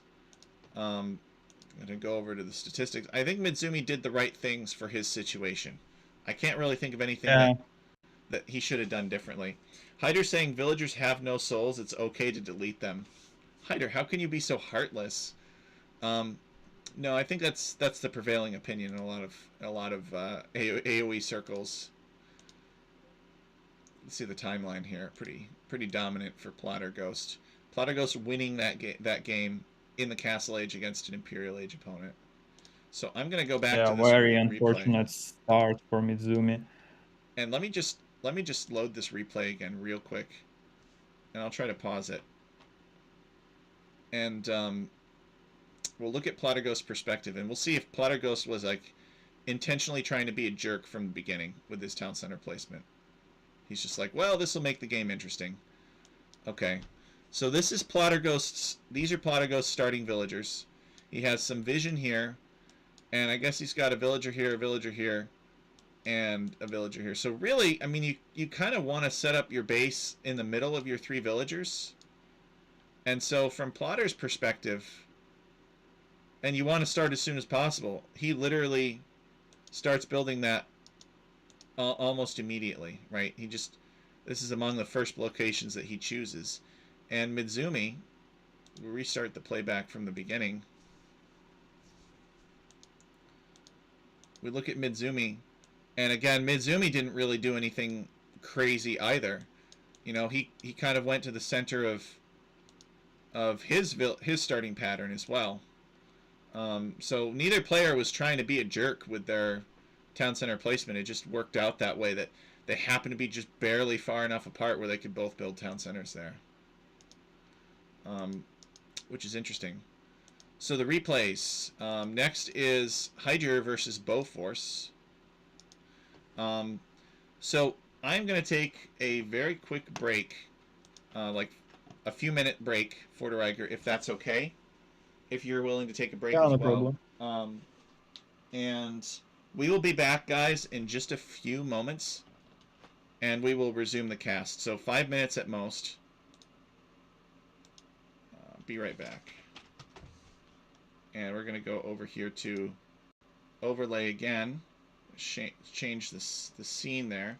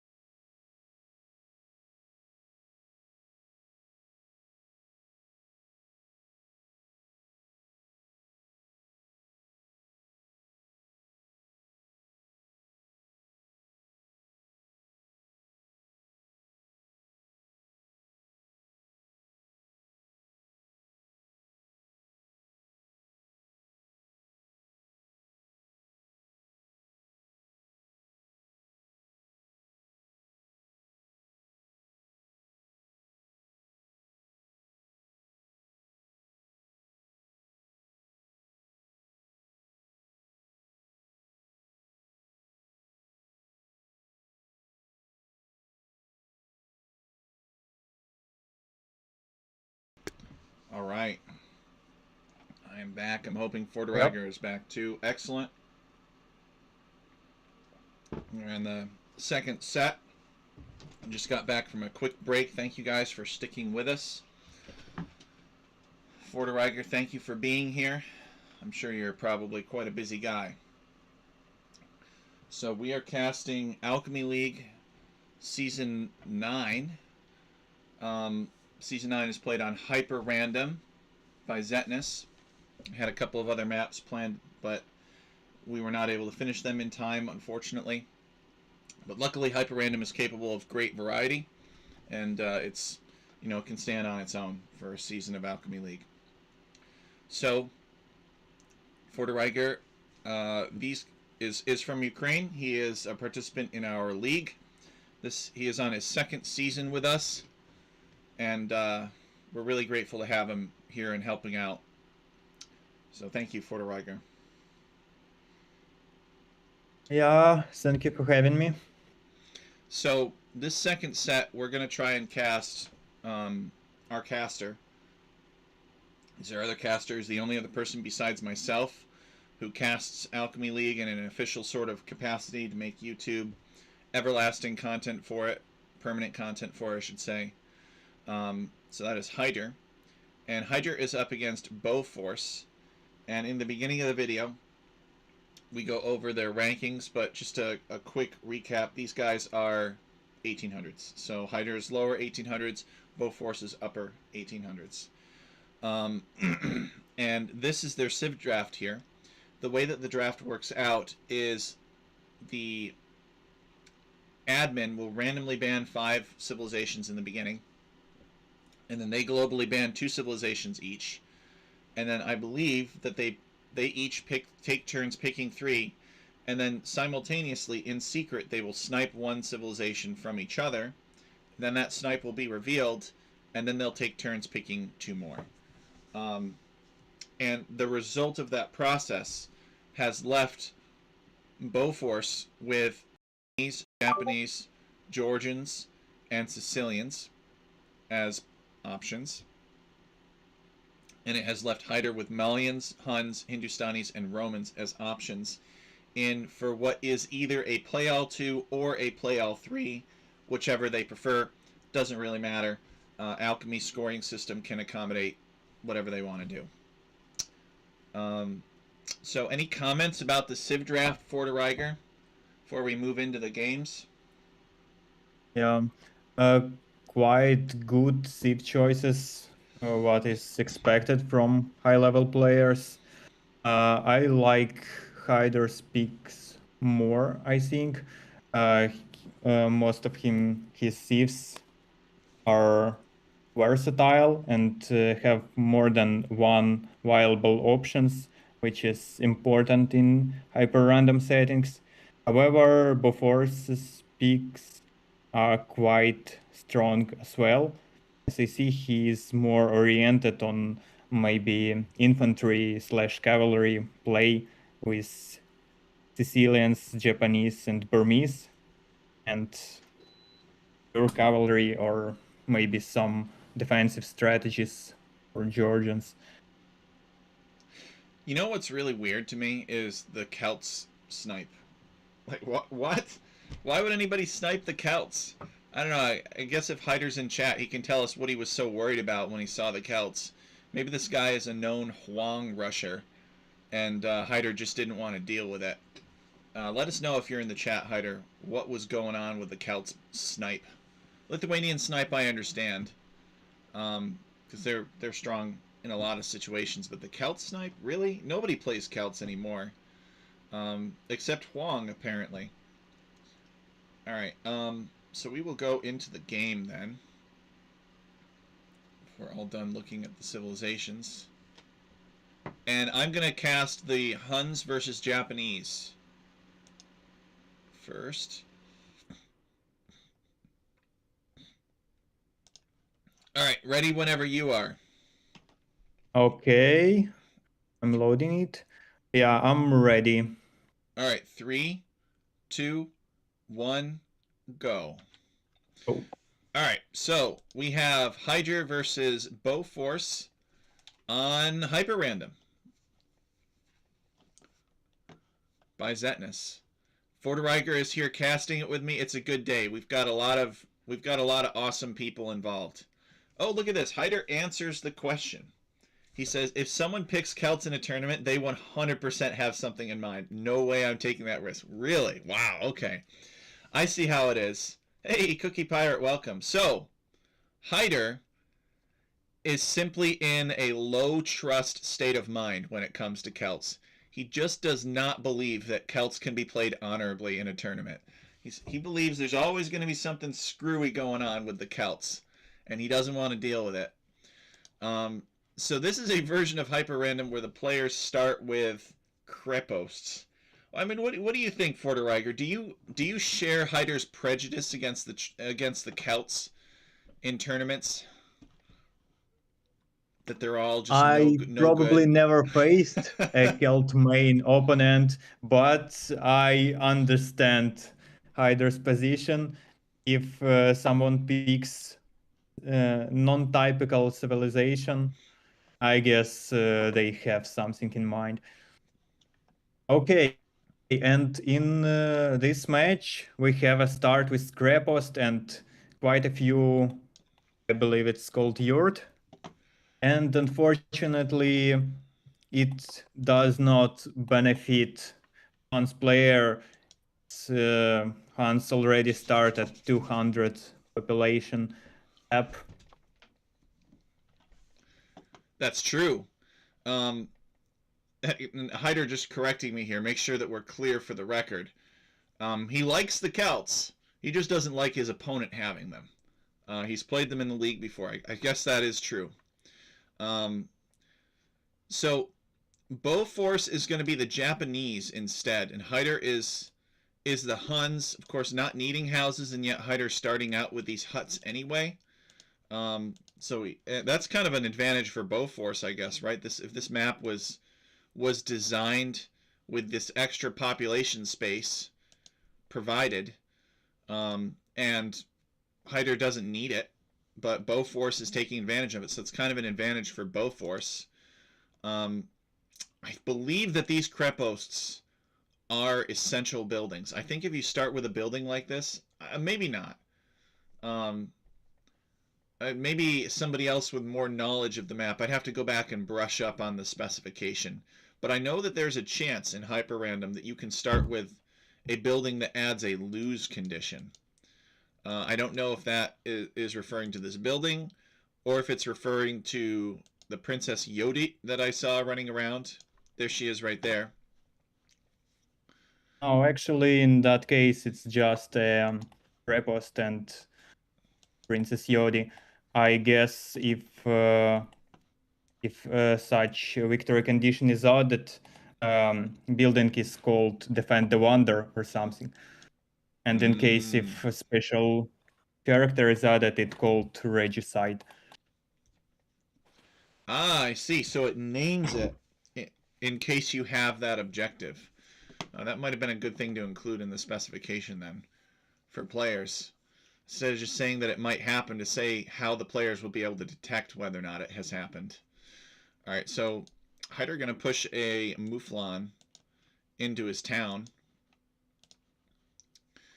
And I don't know. I don't know what the strategy is. I guess we could go take a look at the wood situation. Bofors, only 2 on wood. So Bofors is up to no good. We already know Bofors is going to be crazy.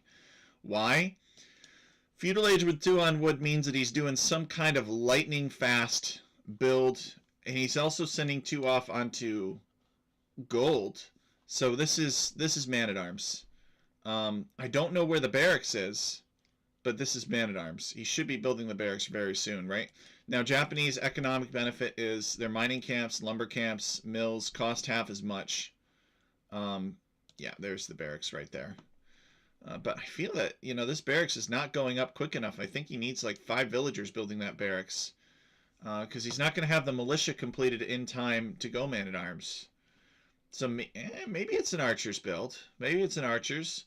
I think Japanese Man-at-Arms are more compelling, but archers could be good too. It would catch Hyder by surprise. Sometimes, You know, sometimes the surprise of making a unit like the Spanish archer rush is more valuable than any bonus that the civilization has for archers. In the case of the Spanish, they can't even upgrade them to crossbows. It looks like they had a little bit of a disturbance here. And yeah, Beaufort's not making anything from this barracks. So I believe that he's going to build a range and a blacksmith. And there's the archery range. He's going to try to get that up as soon as possible. And this is probably a blacksmith building villager right here. Maybe not. Maybe there's another range that he wants to build somewhere. And Hyder will open scouts, and he will start to wall his base preemptively.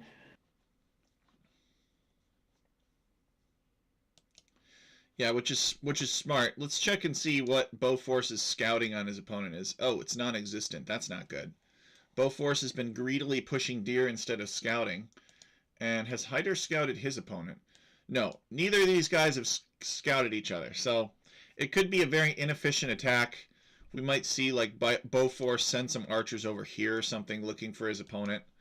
I just can't imagine that a scout well, you know, I can't. A feudal age rush is very effective if you don't know where your opponent is, but we'll see. Maybe Hyder has no problem finding. Oh, look at this. Hyder has found Princess Yodet. And these two ruffians are shanking the lady.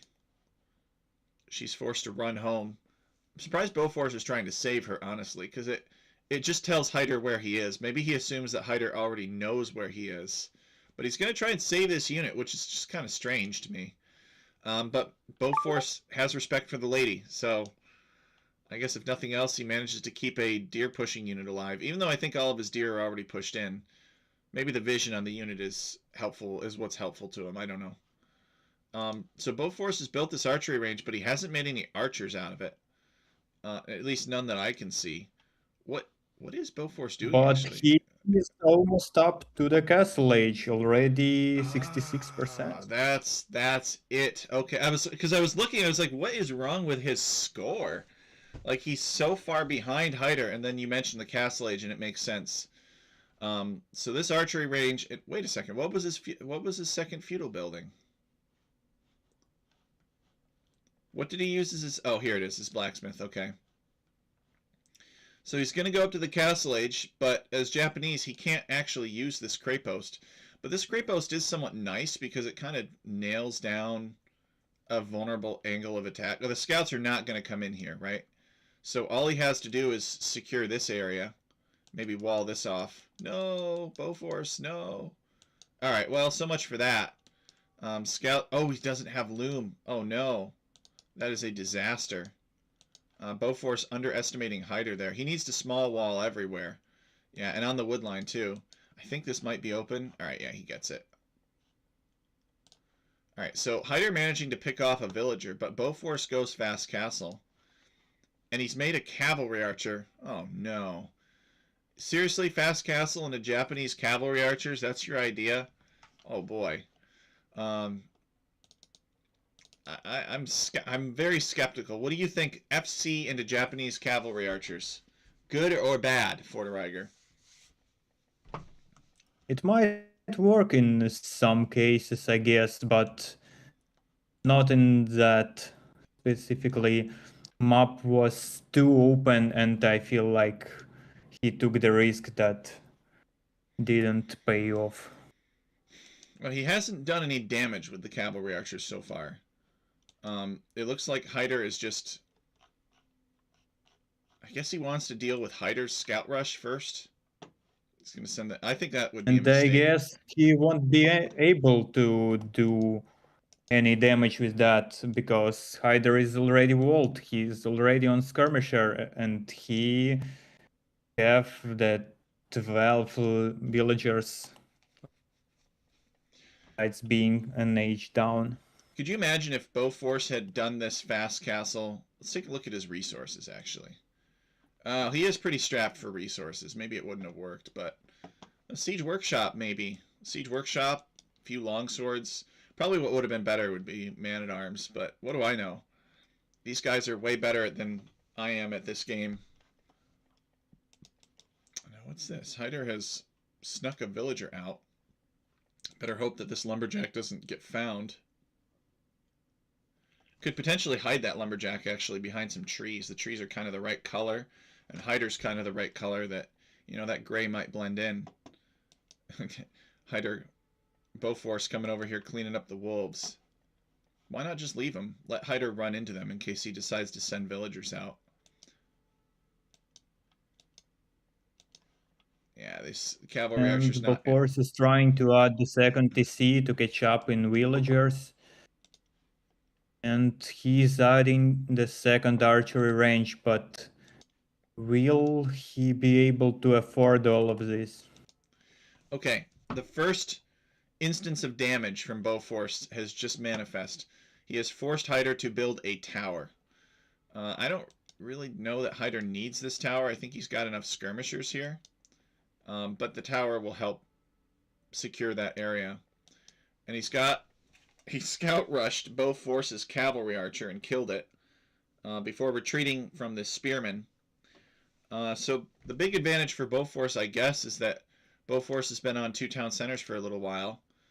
But Hyder does have the villager lead because I think Bowforce is idled, and Bowforce has also spent more of his time advancing. But Hyder is just about Castle Age himself. So razor tight, fast castle to ultimately not really do anything. Hyder reaches Castle Age. What does Bowforce do now? I guess he's going to continue to try to chisel in.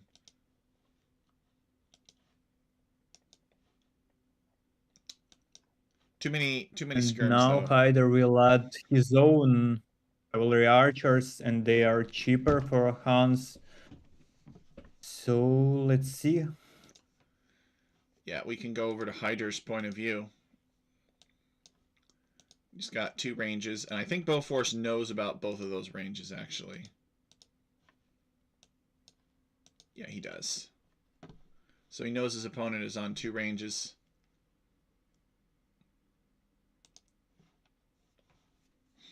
Tower was a waste, but better safe than sorry. Well, you know, we were up against an opponent who theoretically is tougher than you are on the ranked ladder. So I think the caution is entirely relatable.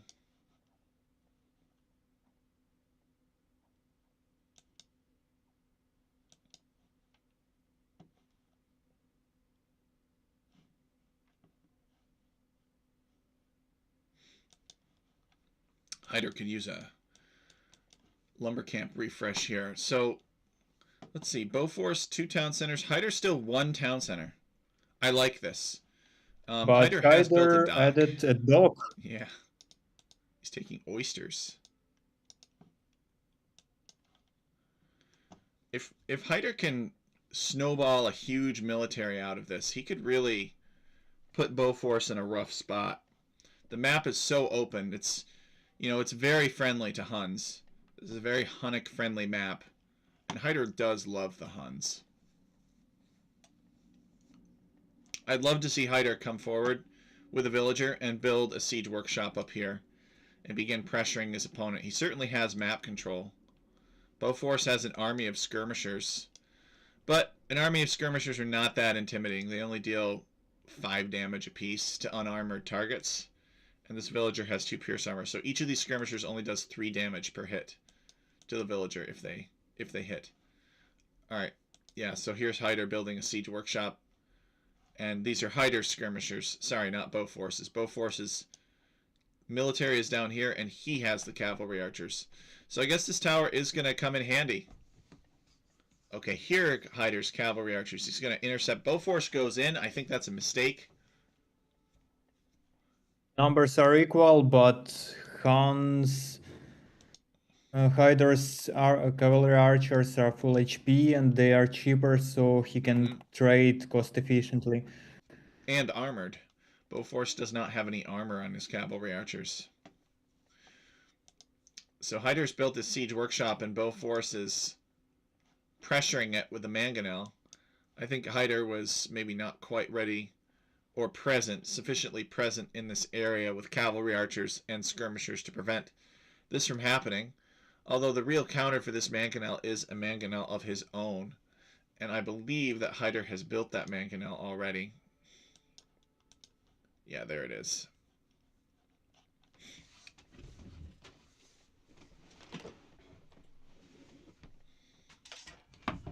So maybe a ram now. His opponent doesn't have any ranged units, so a ram could make a lot of sense. Ram could charge a mangonel, or it could charge some buildings. It could tank slings and arrows from his opponent's military.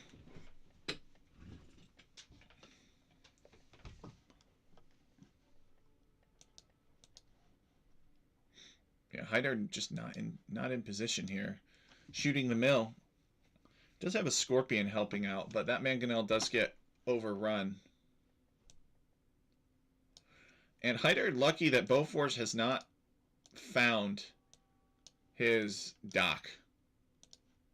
Yeah, there's a dock over here for Hyder. Hyder's built a couple of oystering ships, but Bofors is not invested in that area. He hasn't scouted it, doesn't care about it. Maybe he just doesn't realize it. We go to Bofors's Fog of War. I mean, he's like, sure, whatever. There's some shallows here, but he doesn't really go and investigate further. And Hyder getting a good cavalry archer engagement there, driving Bofors back. He has a numbers advantage, and as Forteraiger said, cavalry archers for Huns are cheaper.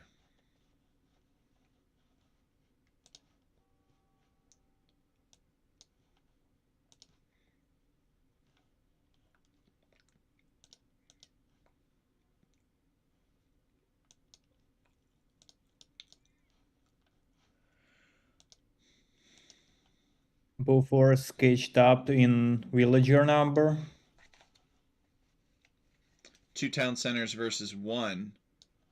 Hyder going on to stone. Yeah, Hyder needs to make something happen here.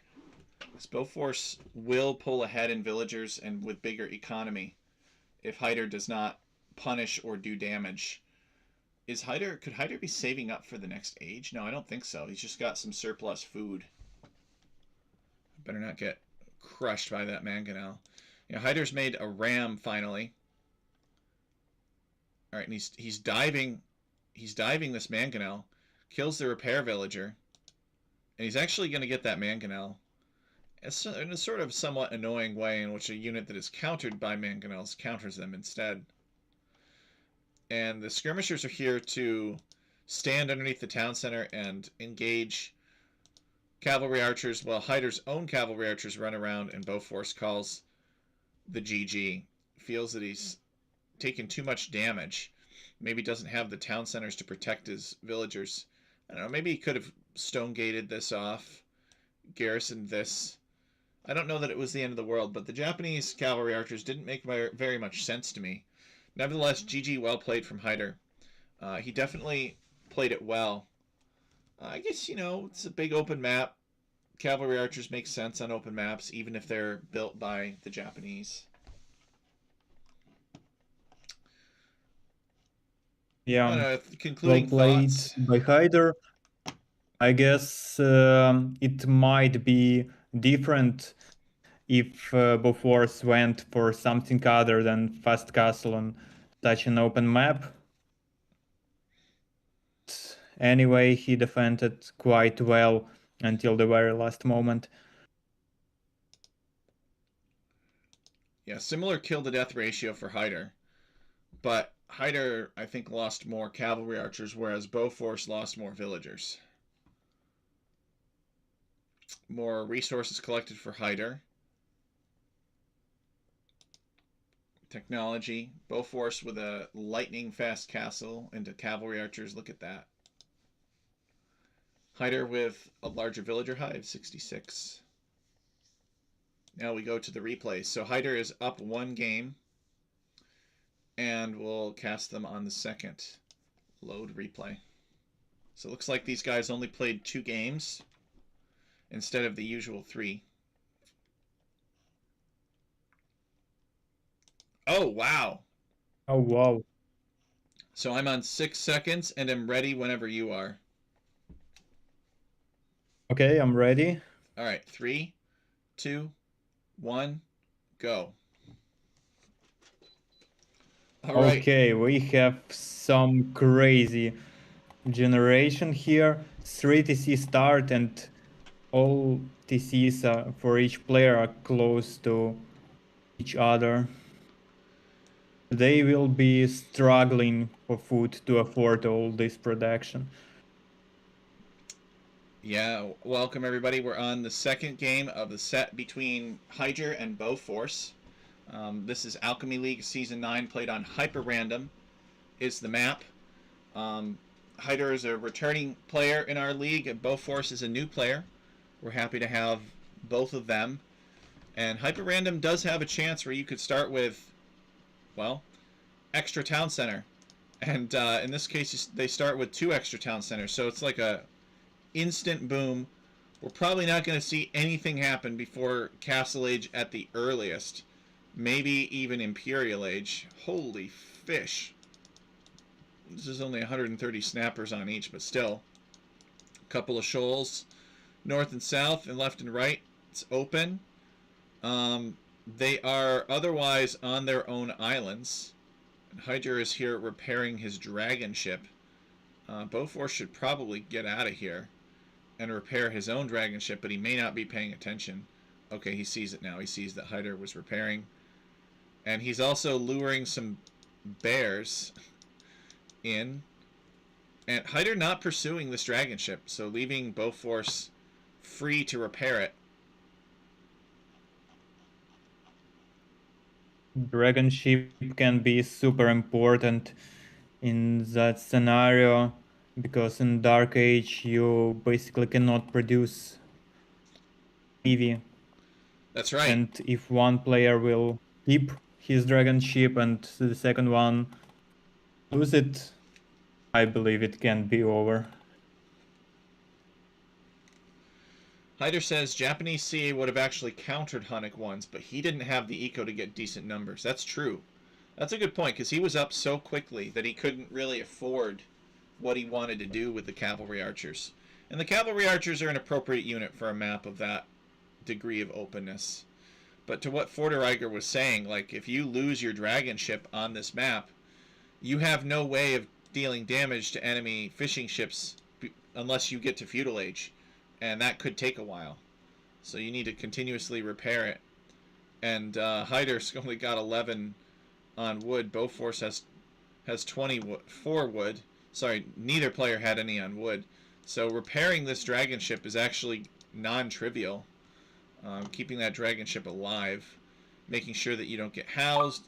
Keeping up with production on all of your town centers. This looks like it's a pretty challenging map to play. Now you got this. The other thing I was going to say is you got this pull mark here. And this pull mark has an aura effect around it. Within this range, I can't remember. I think it's like infantry within this range attack 25% faster or something like that. We considered using a unit like this as a scout for a season of Alchemy League, and I think we are still going to do that. Not the pole mark, but another Chronicles type unit. Nevertheless, you can kind of see here that what's inside of this, the number in, that's next to this muscle, arm flexing muscle, that is the number of units that it's affecting. And it looks like whenever it gets close to the dragon ship, the number becomes 1. So players may find that they can use their pole mark to enhance something about their dragon ship. But nobody has gotten it close enough for me to see. So I can't tell what it does exactly. And I don't exactly remember what his effect is. But we'll probably see Bowforce pulling back here soon enough. Hyder has moved a fishing ship in the way to intercept this dragon ship. And Bowforce pulling the dragon ship back. Oh, but he doesn't enter the circle. So we don't get to see. I think its own stats would update. But both players are just using these pull marks for their vision for now. Because his vision is smaller than his aura radius, which is pretty impressive, actually. And I think the players can see this aura radius too.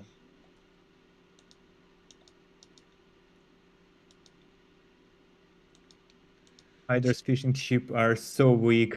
They will die immediately. Yeah, it doesn't really add value to make fishing ships, right?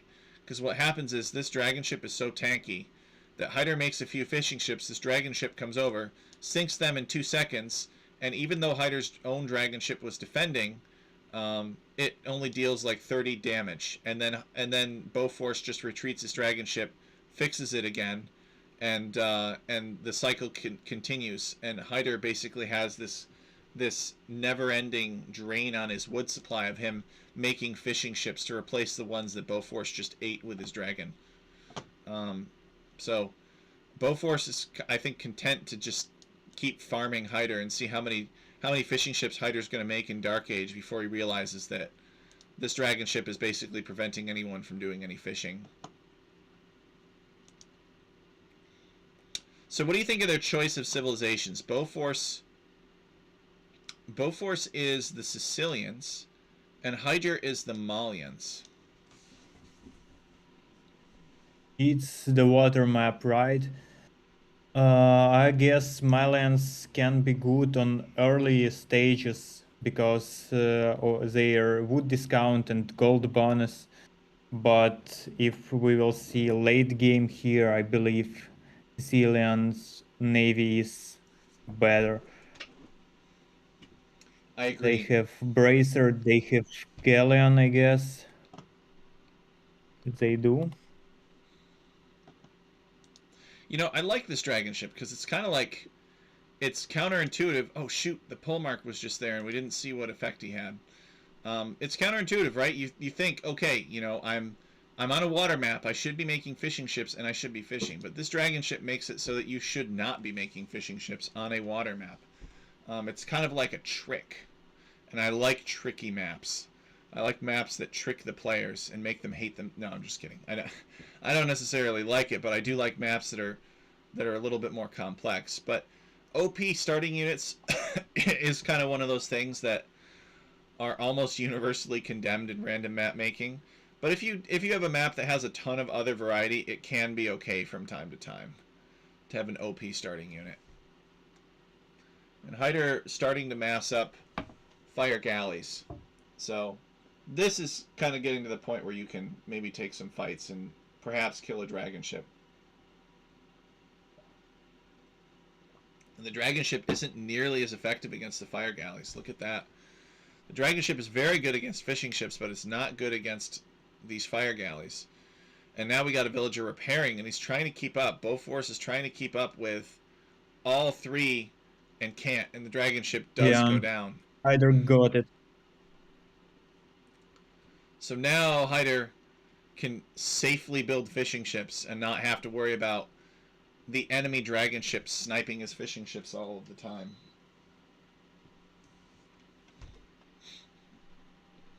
I'm curious if the pole mark would have made any difference. You know, if the pole mark standing there maybe would have accelerated the dragon ship. Probably not. I mean, it probably would have helped, but then Hyder would have just withdrawn his navy and repaired it. Because this is the level where these guys just repair their ships all the time. Ooh, interesting. So Hyder has built a palisade to shield this repair villager. And this repair villager just barely... Oh, no, he's starting to fall behind now on the dock repairs. But this donjon will fire upon... Or, sorry, Bofors will fire upon Hyder's fire ships with his donjon and drive them back.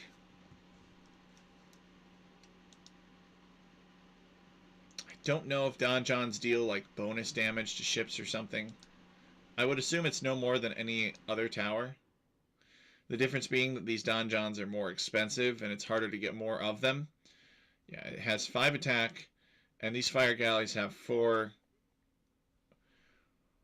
pierce armor, so you're figuring it's doing 3 damage per shot, so that's 1 plus 2, so it probably just gets 2 bonus damage against the fire galleys. And Bofors will be able to go Castle Age right away, while Hyder is a bit struggling resources, but I guess he will use the market and catch up. Actually, he's not that far. He's Does he have? Oh no, he does not have the second building. yeah, he's rushing it down now. His blacksmith, Hyder with 55 villagers and Bofors with 72. So, and Bofors with a significant score lead too, despite not having any navy. So Hyder is definitely not. I would rather be in Bofors's position, even though Bofors doesn't have his dragon ship, just because he's got 17 more villagers.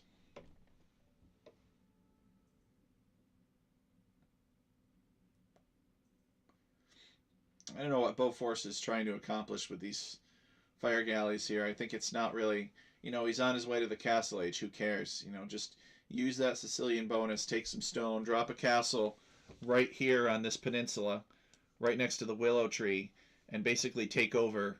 And then you can start building docks all around that castle. I think that would be the play. But I guess he wants to wrestle with a pig in the mud.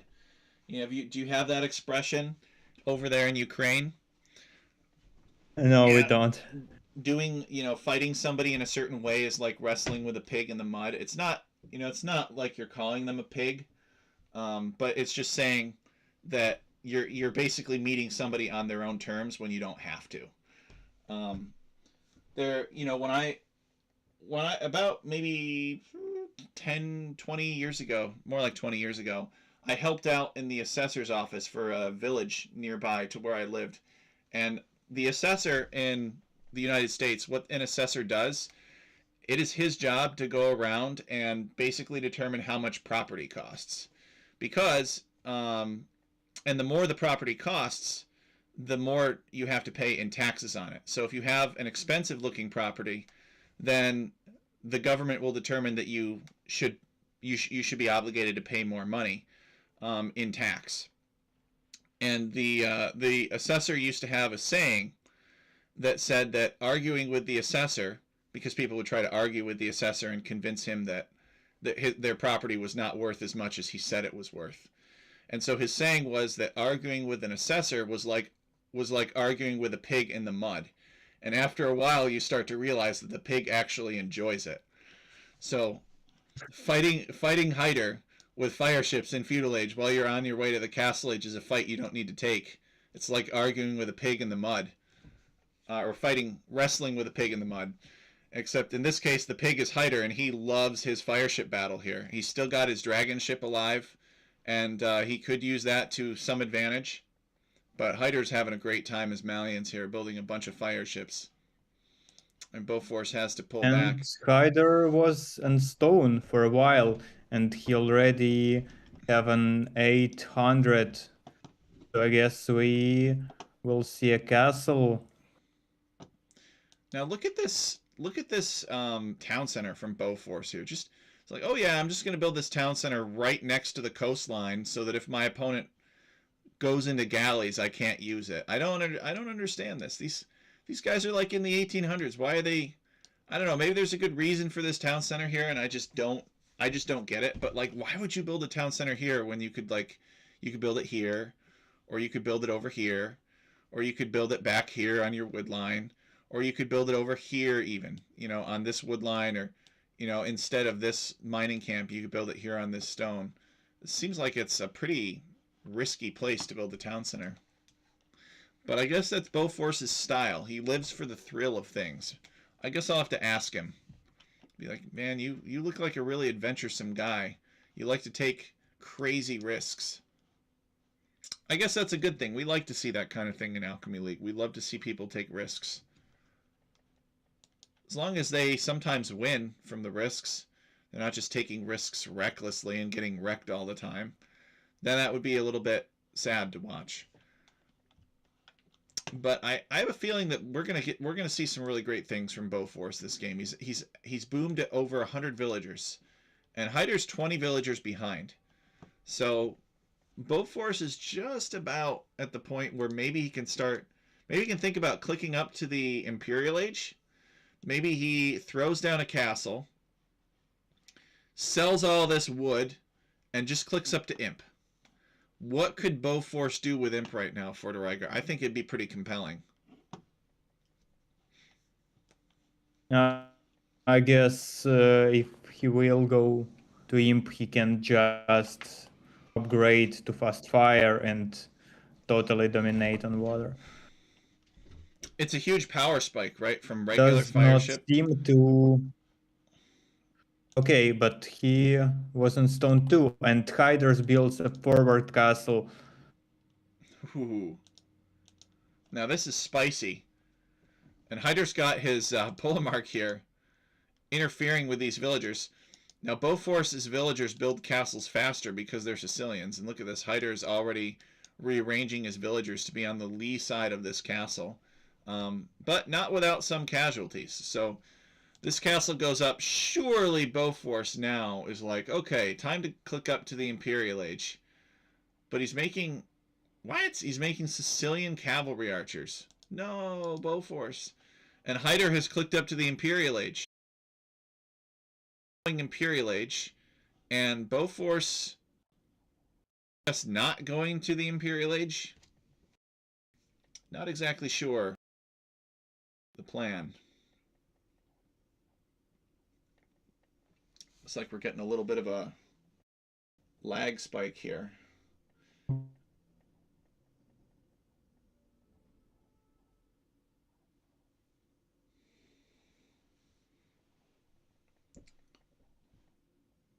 H. Right.